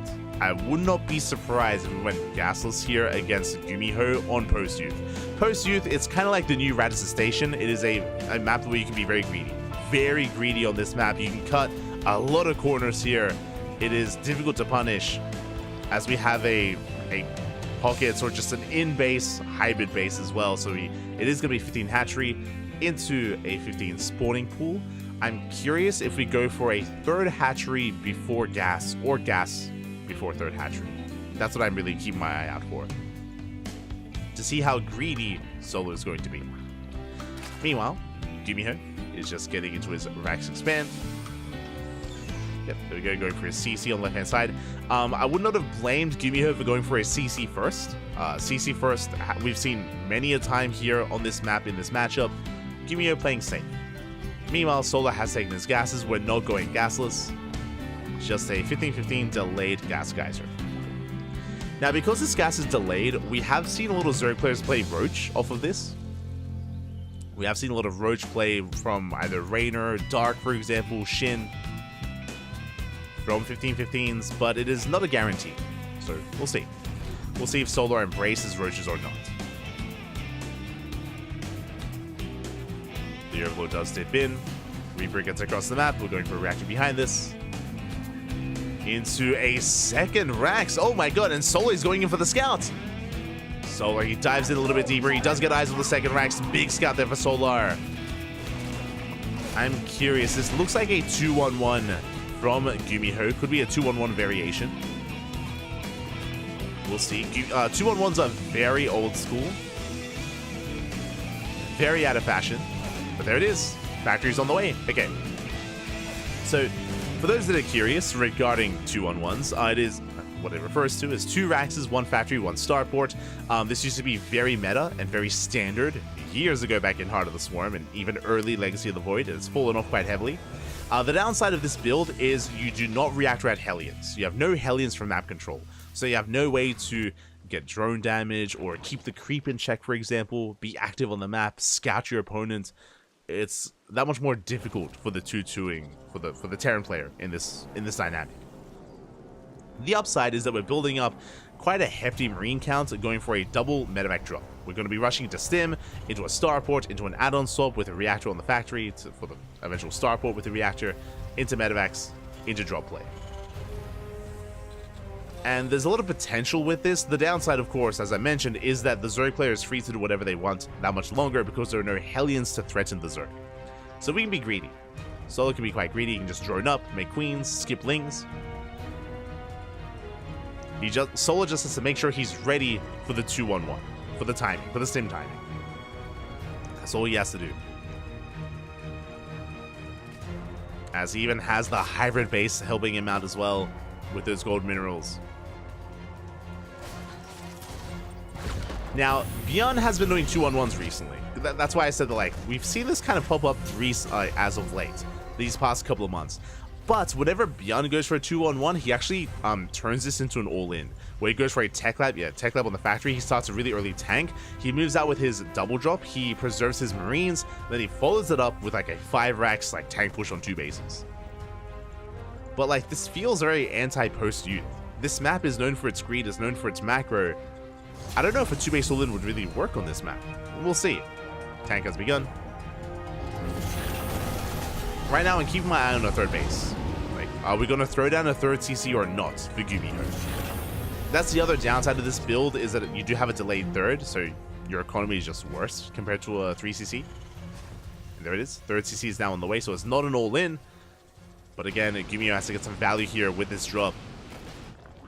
As Solar has been able to drone up to 51, and now is massing lings. And you can see Solar's got 20 lings in production, and they're coming out just in time to defend. Solar cutting it close. Did cut it close. Does transfuse, keeping the queen alive. Gumiho, he wants the tumor. Doesn't get it. And as Gumiho backs off, Solar, he's perfectly safe and sound. You could argue that maybe Solar overmade lings here. Could have been a little bit greedier, but Solar's just playing safe. And now he can fully saturate on 3 bases and work towards a 4th.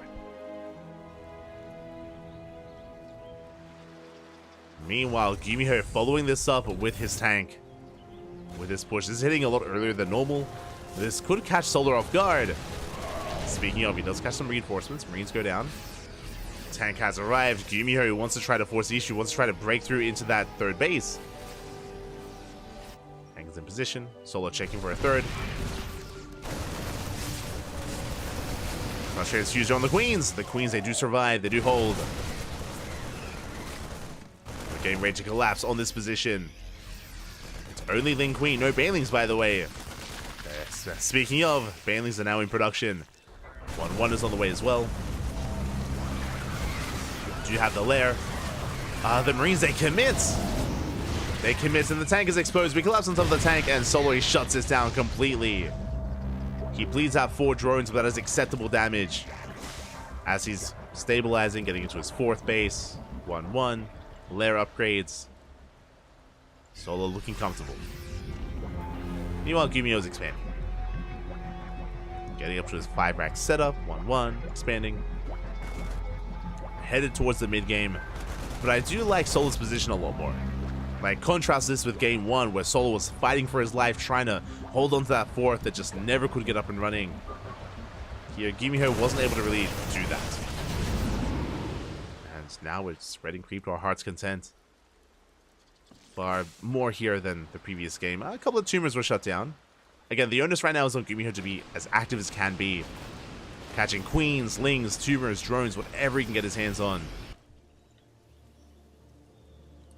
Counterattack does try to slip in. There's a tank on the high ground. Speaking of, we go for the middle line, but good positioning here from Gumiho. He does defend.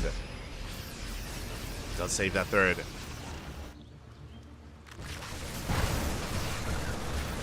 Solo getting caught out. Has to be careful. But we do see Gumiho going for a split push. He's got a triple drop on the right. He's got a double drop towards the left. We shut down some of those Marines. At the same time, Gumiho going for that gold.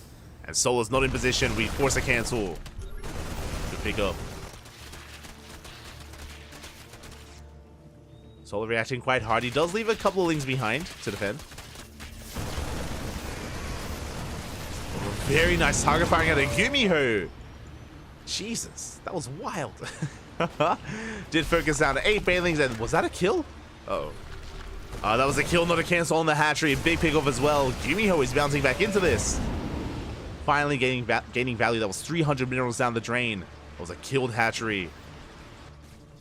Likewise, sniping banelings. Gumio forced back. Hive is on the way. Solar, he's rushing into Hive Tech. This looks like Ling Bane into Ultra. I say that because there's no additional gases. There's no Hydroden or Spire. So there's Adrenal, and yep, there's the Ultra Cavern. So Ling Bane into Ultra. This is a build you can get away with on larger maps like Post Youth. Just because you have a little bit more freedom, a little bit more leeway. Take up in such a manner. But Gumiho very in his face. Just unrelenting here. Refuses to let up. Refuses to back off. Triple drop could even go into the main. And we're boosting in. Oh, we do pivot back around though. Focusing down a drone.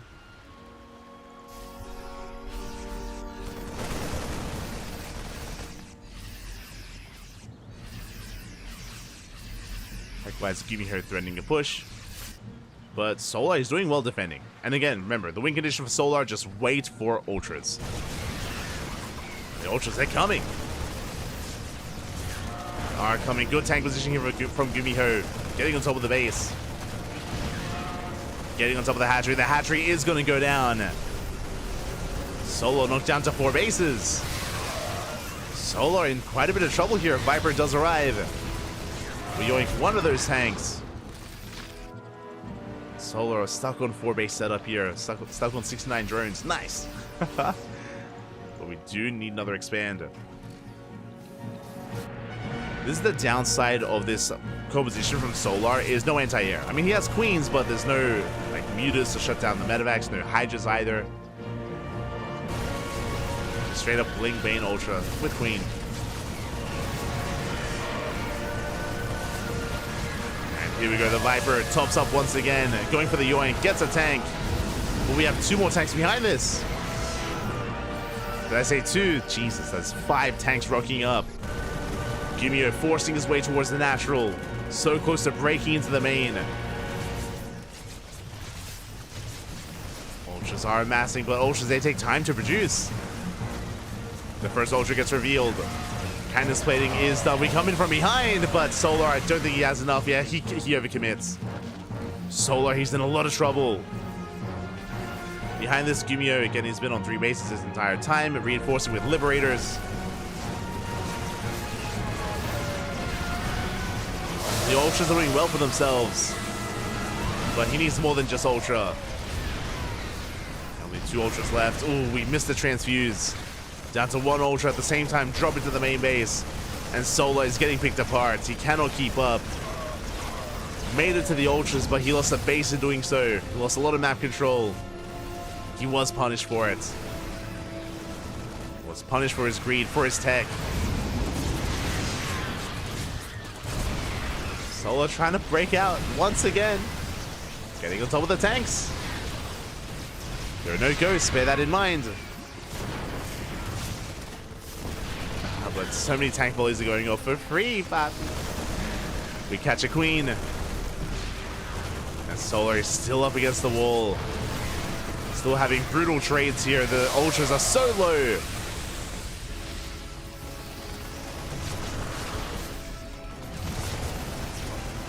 Yeah, maybe it would have been worth investing into additional Vipers, not just the one. We've only had 1 Viper this entire time.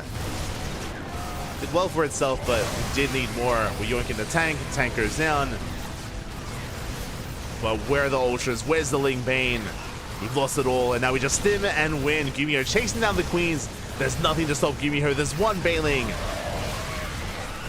And it's not enough. As Gumiho has broken Solar. We catch the Overlords as well. Brutal pickups. Ultra comes in desperately. And we stutter step away.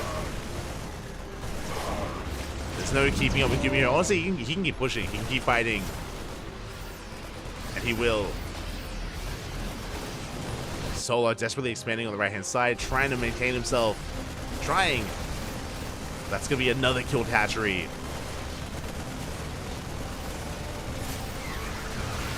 Viper comes in. Oh no! Does survive. Gets a Blinding Cloud off. We're pulling back to even more tanks. The concave is brutal.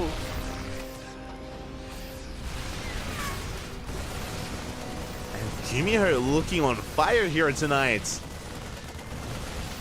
Again, he just choked Solar out in game 1, and here a very similar style and setup here in game number 2. GG gets called. Gumiho will take a 2-0 lead, 1 game away from becoming this week's ESL Open Cup Asia champion. GG.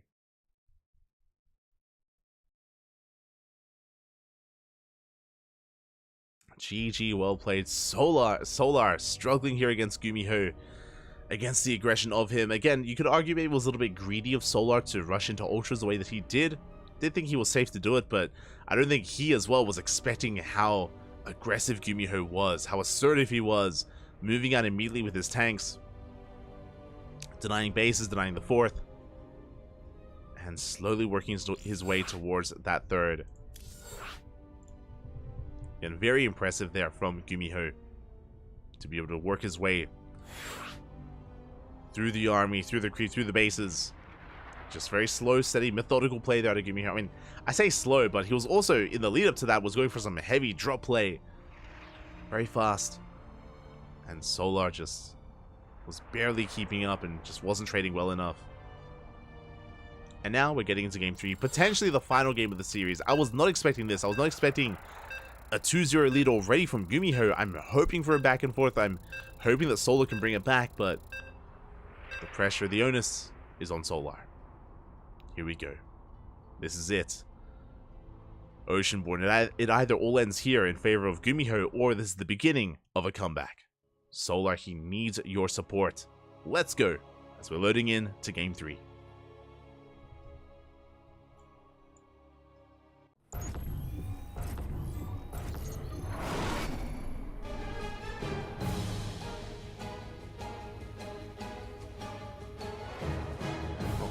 And spawning in the top left-hand corner of Oceanborn, we have the South Korean Zerg player, the Red Zerg, representing Team Vitality down in this series. He needs to fight back here and now to have a chance at forcing that A smash. The pressure is on.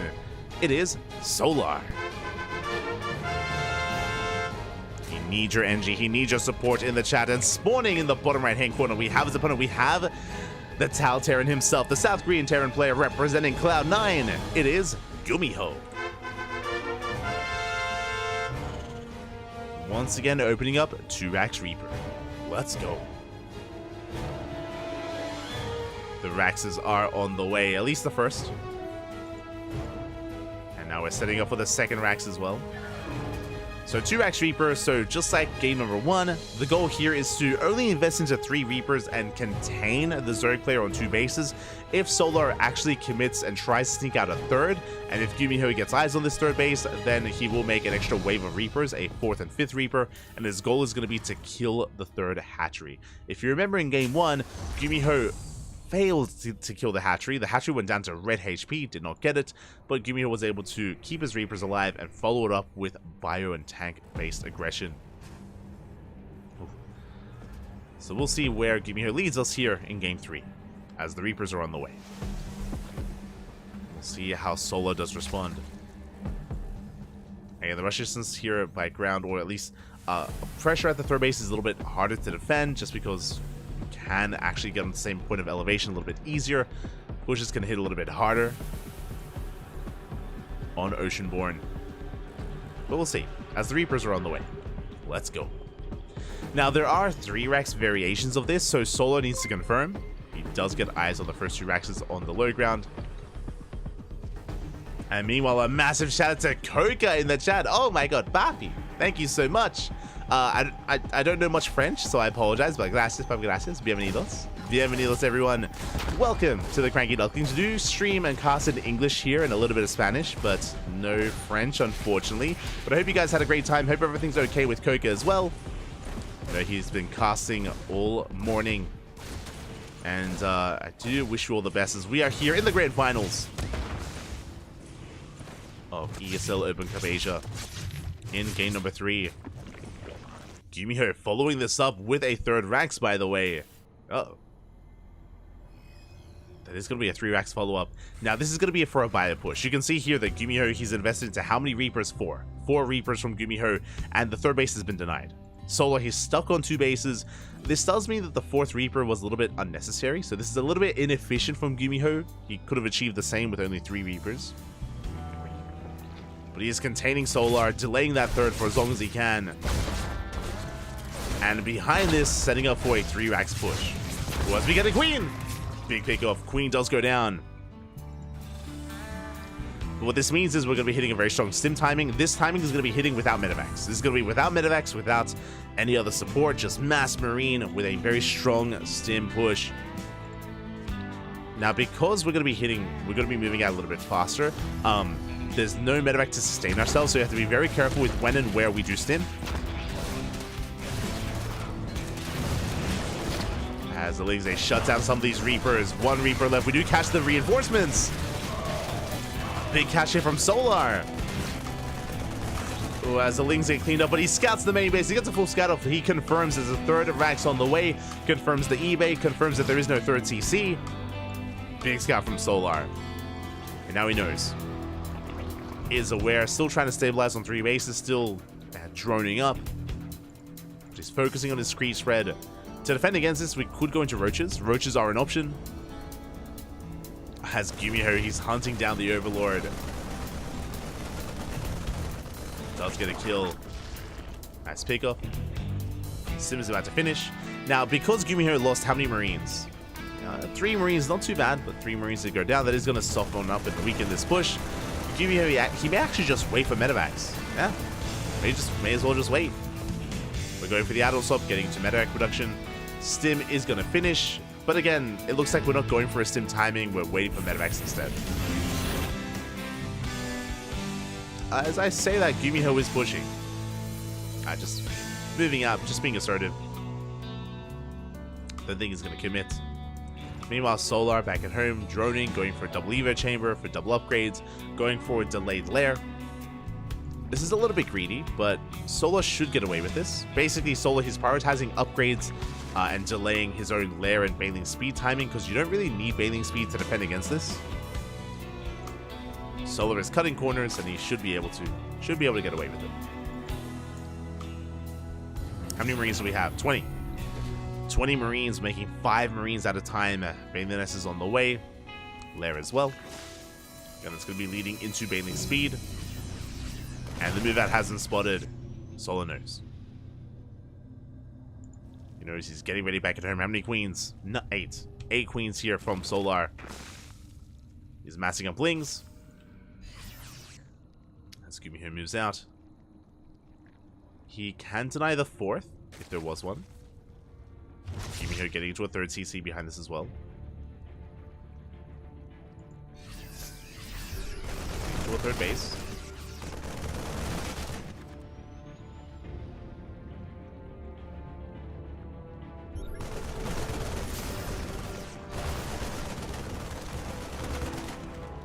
As Marines, they deny all the active tumors here out on the map.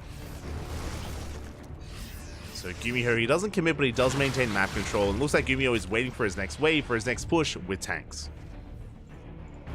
So once again, really patient play out of Gumiho. He's not over eager, he's not overextending.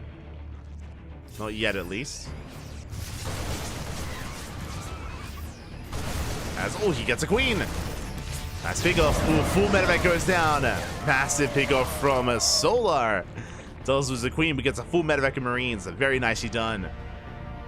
And that is a big blow to the supply of Gumiho. This push is going to be that much weaker as a result. Down to medevac, down 8 Marines. Gumiho is reinforcing.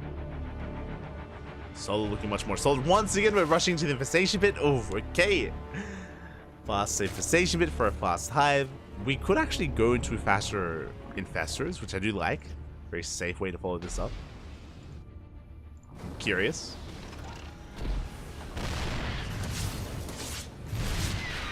Oh my god, we almost get another full medevac. That would have been massive. But this could just be for fast ultras again, for Ling Bane into ultra from Solar. Otherwise, we would have seen a Hydra Den. we go. Gumio slimming on forward. Threatens the fourth base. Leagues, they come in from the right-hand side. They collapse on top of the tanks. One tank goes down. Oh, we don't get the other, though. Good positioning from Gumiho. He is reinforcing. Double drop towards the main. 2-2 on the way for Solar. And there's the fast hive. So we're not going for safety infestors. We're rushing into a hive. This looks like the same kind of style from Solar 2 games in a row. It looks like Ling Bane into Ultra. There are some differences, though. The upgrades, the builds from Solar. I mean, he's been able to get away with a little bit more.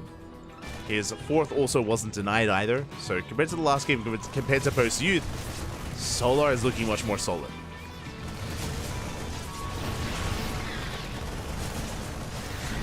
He's in a much better position. We collapse on the tank. Once again, we do bring one of those tanks down. Coming in, getting one drone. Only the one worker. And Solar is being active, he's been spreading creep across the map towards the halfway mark. Take another hatchery. Hive is almost done. Gumio has been having a harder time breaking Solar. Now we're going for a split push. Solar, he does spot it. Does react in time.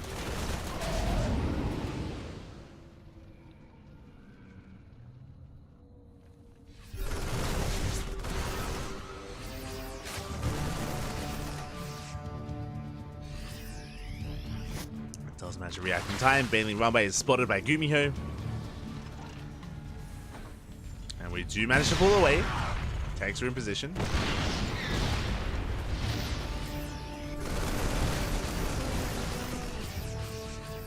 Now what I will say is that thankfully Gumiho hasn't thrown much away either. Like Gumiho, he's been applying pressure. Yes, he's been bleeding out some Marines and tanks, but still maintains most of his army. See here, it's been one tank going down and 24 Marines. Are they one tank? Wait, what? Okay, fair enough. I think the second tank may have been killed by friendly fire, which doesn't count here. That would make sense.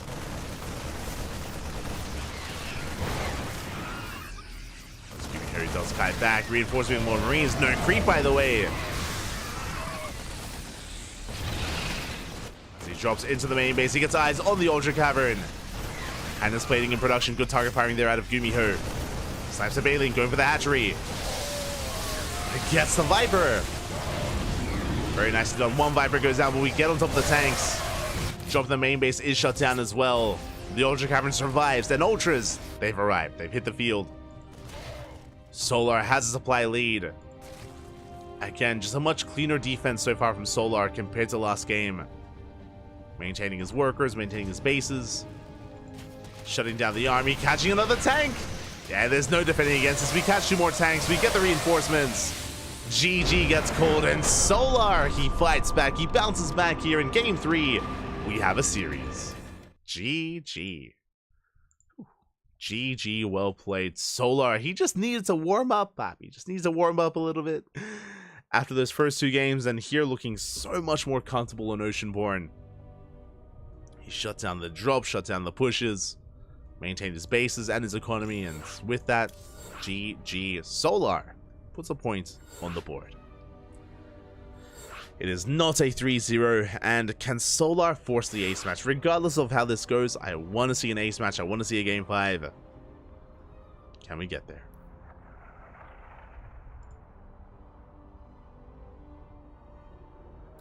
Anyone else? Oh. Anyone else did not see Solar in the latest GSL trailer? I have not seen the trailer. I haven't seen it, unfortunately. I should, though. I should. Baguette. Oh, merci, papi, merci.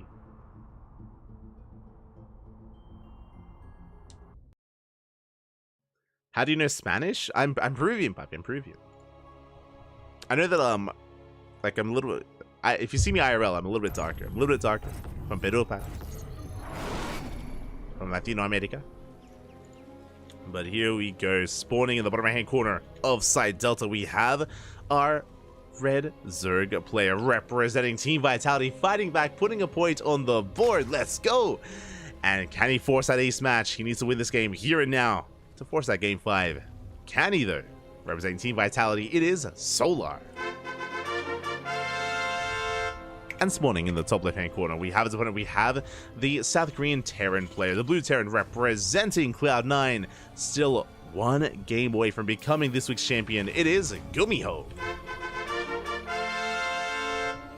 Let's go. But we used to... I have casted in Spanish before, once. I did cast once in Spanish. It was awful. It was it was not good. It was not good.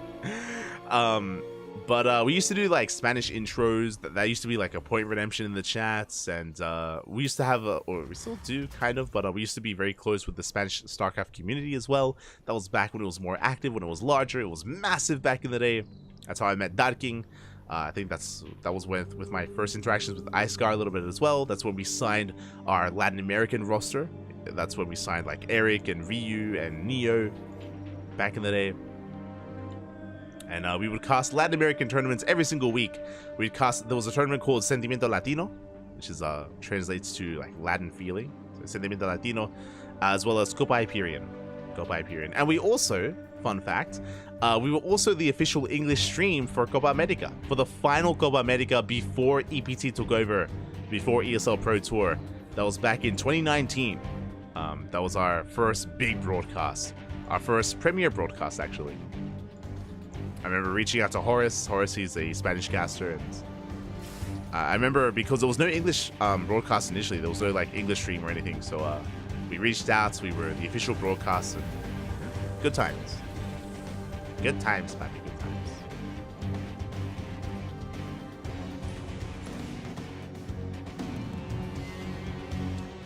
Ooh, but enough of that. We're now settling into our game. So far, this time, no 2 racks open out of Gumiho. It's a racks expand into factory. Standard build this time. No Reaper aggression early on. We've had enough of that. Much more standard build, at least for now. Meanwhile, Solar, likewise, hatch gas pool. Dancing with the Reaper, getting his third base up and running as they loaded into Side Delta. Side Delta, of course, one of the older maps in the map pool.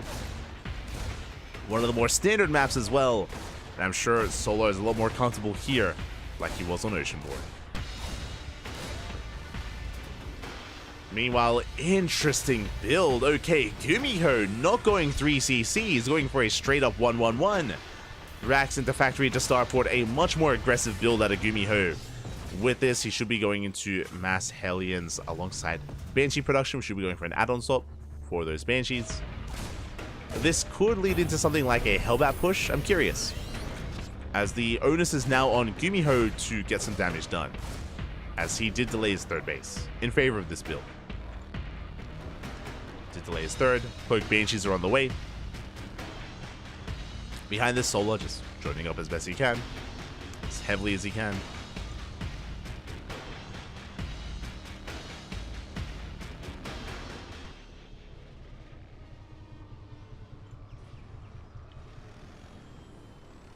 Gumiho does rotate between the bases, but the whole position might here from Solar, the Wall of Queens. There's no way into the natural.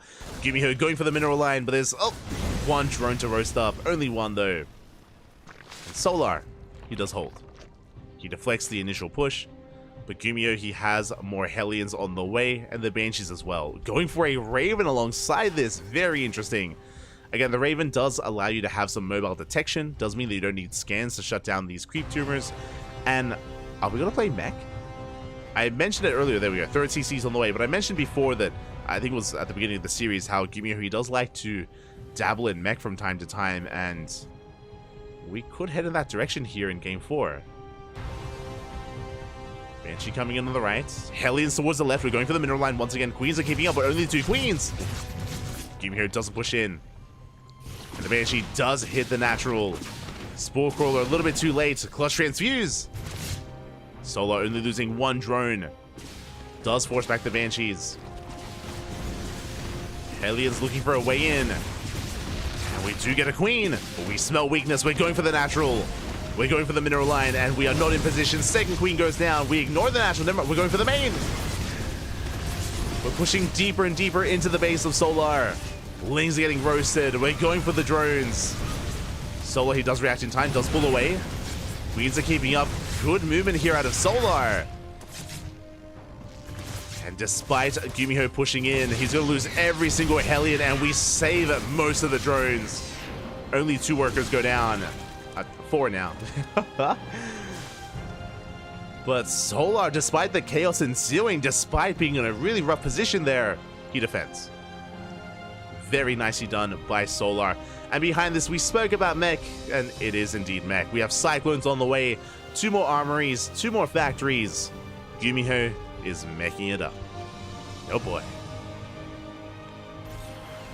Now, we have seen quite a bit of mech as of late. Players like Gumiho, Ryung, TY, Oliveira, they have been dabbling in mech. Mech has changed this patch just because of the nerf to the Cyclone, so these Cyclone heavy compositions are not seen as often anymore.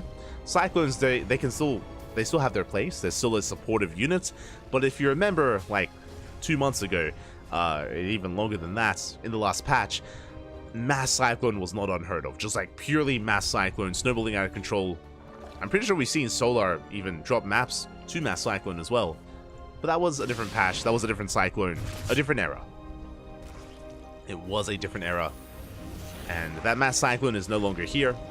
Instead, we're going for a unique hybrid of battle mech. We're going Hellion Cyclone with Banshees. We are continuing Banshee production. Cloak is done, Hyperflight Rotors is on the way. That is Banshee speed in production for Gumiho. Yeah, getting into Banshee speed.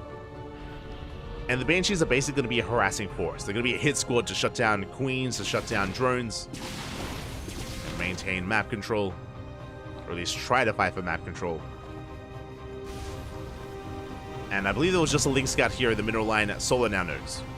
Safety Infestor on the way. Let's go. Hive is in production as well.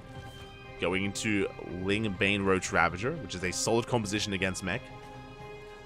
The Infestors will help. When it comes to the army of Gumiho, it's quite mobile. Like, we're going to have Speed Banshees, we're going to have Hellions and Cyclones. It's all quite quick. It's all quite fast. As we're going into Hyperfight Rotors, as well as Magfield, sorry, not Magfield Accelerators. It's, oh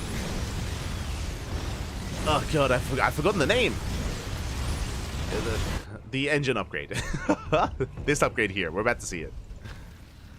Cyclone Speed is about to kick in as well. But because it's so mobile, that's where Infestors come into play. We're going to have Fungals available to lock down the army to keep up. Oh, it's called, Hurricane, that's it, Hurricane Engines. Phew, I just remembered. Let's go. It was called Hurricane Thrusters, but they renamed it. Yeah, Hurricane Engines. To be lore accurate, apparently. Let's go. Magfield Accelerators doesn't exist anymore. Feels bad, man. Feels bad. And so we go. We do see Gumiho moving out with 2 armies. We have 4 of these Banshees heading towards the right-hand side. They head into the mineral line. Drones are going down. 3 drones and a Queen. Yeah, you can see how devastating a hit squad of Banshees can be. Has to be taken seriously. Spire is done. Greater Spire on the way. Solar rushing into Broodlords. Okay. Interesting. The Banshees have to be respected. The Queens do rotate over. At the same time, on the left-hand side, Gumiho doesn't commit. Solar holds on. And Solar, he's up to 84 workers. He has a solid economy behind this. So does Gumiho, to be fair. But Solar, he's taking up. The Hive is done. We have Adrenal on the way. Corruptors, soon to be Broodlords. I'm liking the direction here for Solar. We'll see if we can get there. As Gumiho has yet to really push out. He's been harassing, yes, but he hasn't really been committing. But here we go, consolidating his army, bringing everything together, going for the Queens! Trying to chase him down, does just pull back on the tumors. Solar backs off. Link Scout gets eyes on the 4th. Fully saturated, Solar's maxed. Gumiho about to max out as well. Is about to max out. He's sprinkling in some tanks, but going for a more Cyclone-heavy composition. Now, if you're curious about the change of the Cyclone, as though the Infestor, no! As he do overextend, Infestor gets thrown away. Oof. Big loss there. Hellbats morph in. We get some decent Baneling connections. We clean up all the Hellbats. We're going for the Cyclones. And the change in the Cyclone is that if you break the lock-on, it takes 3 seconds to actually to reset that lock-on. Before it was instant. Now you can break the lock-on and you can have more of a back and forth. Broodlords, they have arrived. But we're diving on top of the Broodlords. Queens are coming in. Transfuses are clutch. I believe one Broodlord goes down. Yeah, but we do hold. We do hold on. Solar overextending a little bit. He is actually going to be committing. Okay, we're pushing. Cyclones are coming in, but the move command. We did move command forward with those Broodlords. 2 Broodlords go down. That was quite a bit of an overextension. 3rd Broodlord as well. And they don't have their queens to support them. And no transfuse. But Solar is forcing the issue, forcing his way in between the bases. Takes down a lot of those Cyclones.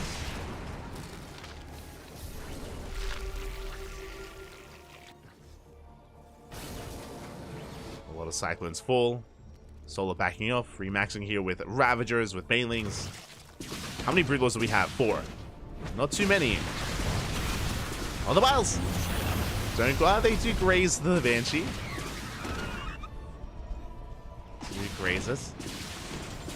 Solar trying to bully his way in, but now the Thor is here. The Thor has arrived. Yeah, Gumio getting into mass Thor production to deal with the Broodlords. Okay, these are rolling in. A solid position there from Gumiho. The spread was insane. And Solar is bleeding out a lot. The Queens are waddling in. Behind the Solar, he has a good economy. He can sustain himself. He did have some momentum going his way, but Gumiho, he's holding. He's stabilizing. He's stabilizing with his Thors, with his Cyclones. Solar, instead of going for the army, it may be wise to try to go for a base, but the planetaries are up and running. Solar does get eyes on it. He's aware. And it's scary as well, because if Solar goes for if he goes for a planetary, and if he kills it, it's most likely going to eat up a lot of his Banelings, and he will be vulnerable to a counterattack. And these Cyclones are fast to counterattack. So it is a scary prospect there for Solar. With how he wants to spend his army, how he wants to use it. Gumiho is remaxed. We're done with Broodlords at this point, for now. Because there are so many Thors, it's not worth investing into Broodlords anymore. If the Thor count gets low again, then we can go back into Broodlords. It's the ebb and flow. The Zerg macro cycle as the Banelings, they connect with some Cyclones. Good amount of Cyclones go down. Broodlords harassing towards the left-hand side.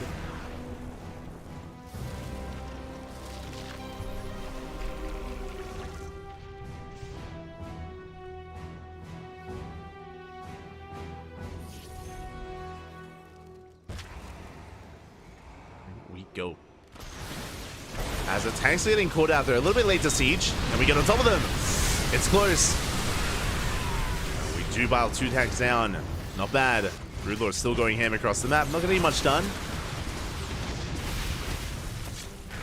But they do take down a Gas Geyser and they delay a base. Solar holding on. Remaxing with more Lingbane Roach Ravager.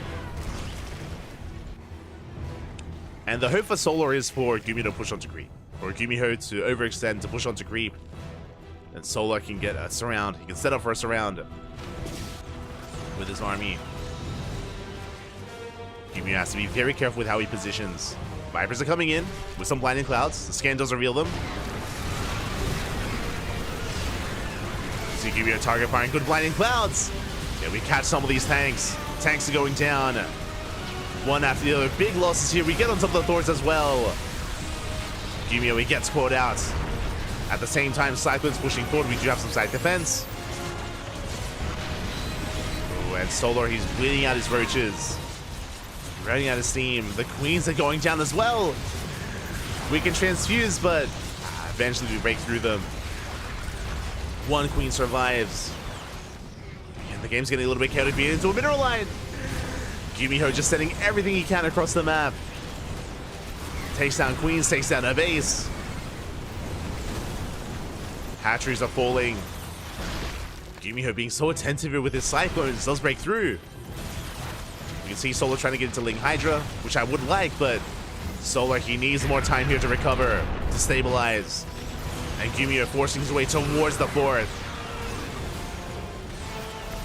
The hatchery's under fire. Gumiho has the high ground.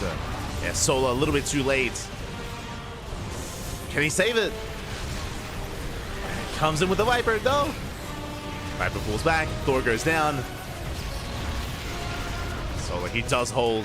Just barely. Does hold on, does save his hatchery. At the same time, I don't know if I can say the same here. As 13 drones go down. You can see Gumiho, again, just rallying everything he can. Causing some chaos, catching out the Hydras. Solar, is he bleeding out too much? The Hydras are exposed. Yeah, we're getting us around. Big lock-ons here. Hydras are going down. Expensive losses here for Solar. Again, Solar, he was looking good earlier with his initial Broodlord push, but that's a kill on the hatchery. 15 drones go down. Solar still has a solid worker count with 80 drones, but where's the army? Where's the larva? Where's the bank? Solar, he spent it. Spent his bank earlier. Gumiho rotating around once again. Solar this time getting in position. Solar, he needs to save the space. He can't lose it. Not again. But I'm not sure if he has enough. Too many Cyclones. Too many lock-ons. Yeah, the Ravages are falling one after the other. We lost all of our Hydras earlier. We have a handful of spellcasters. We got a fungal off. But there are tanks. Yeah, there are tanks already sieged up.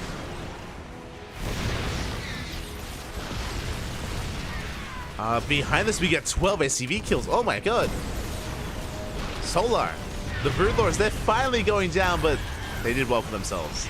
They did well. GG gets called despite the Broodlords. Gumiho, he has too much. He breaks through across the map, and Gumiho is going to be this week's ESL Open Cup Asia champion. GG.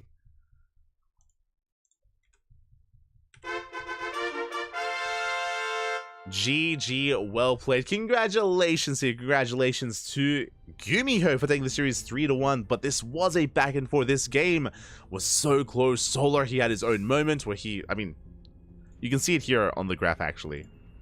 Let's switch our scenes over. Solar is red, Gumiho is blue. That massive drop in supply for Gumiho, as you can see his drop there, that was when the Broodlords arrived. When we pushed through with the Broodlords, when we were able to catch the army out in the center as well. Oh, that was later on. That was over here. But that was the initial Broodlord push, and Solar was doing well for himself. But if you remember, he kept trying to push in between the bases, and Gumiho with his reinforcements, he held. He barely held on. He was able to stabilize and take it from there. Solar, he did miss his chance, miss his opportunity, or again, maybe pushing in between the bases was a little bit too greedy of Solar. And with that, GG. Gumiho is our champion. But a shout out to Solar because it was not an easy road. It was not an easy road to make it to those finals. Solar, he took down Nightmare, he took down a hero to make it here. Well played. Well played to Solar, and congratulations to Gumiho. As that does wrap up our tournament for tonight. Does wrap us up.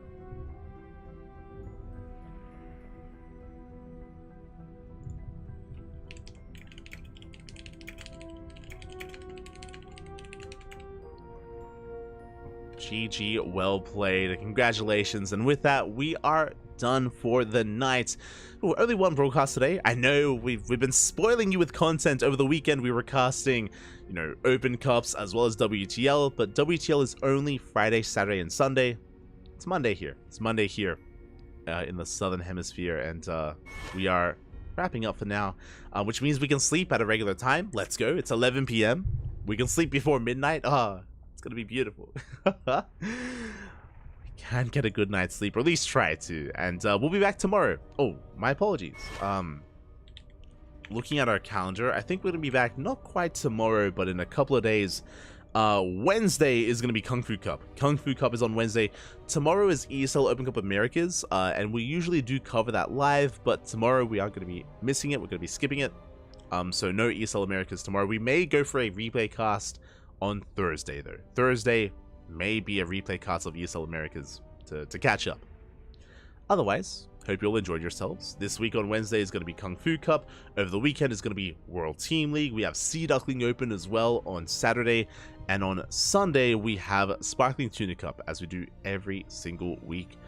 Oh, actually, Sunday is going to be quite busy for us. Saturday as well. We have Hatchery Cup over the weekend.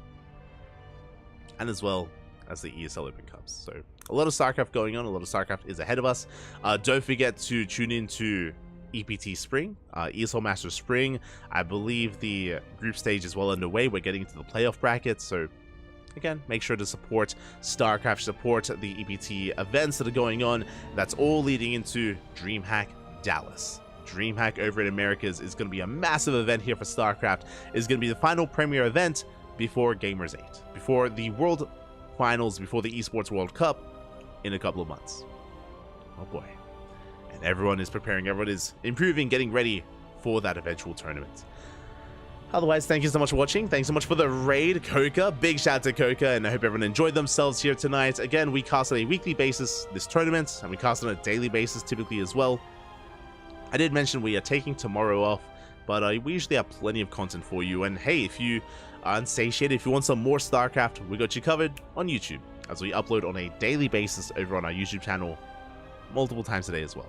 We got a lot of VODs. A lot of VODs on YouTube. If you want to support us in another way, you can follow us on social media. Follow us here on Twitch, on YouTube, on Facebook, Instagram, Twitter, Discord is the place to be.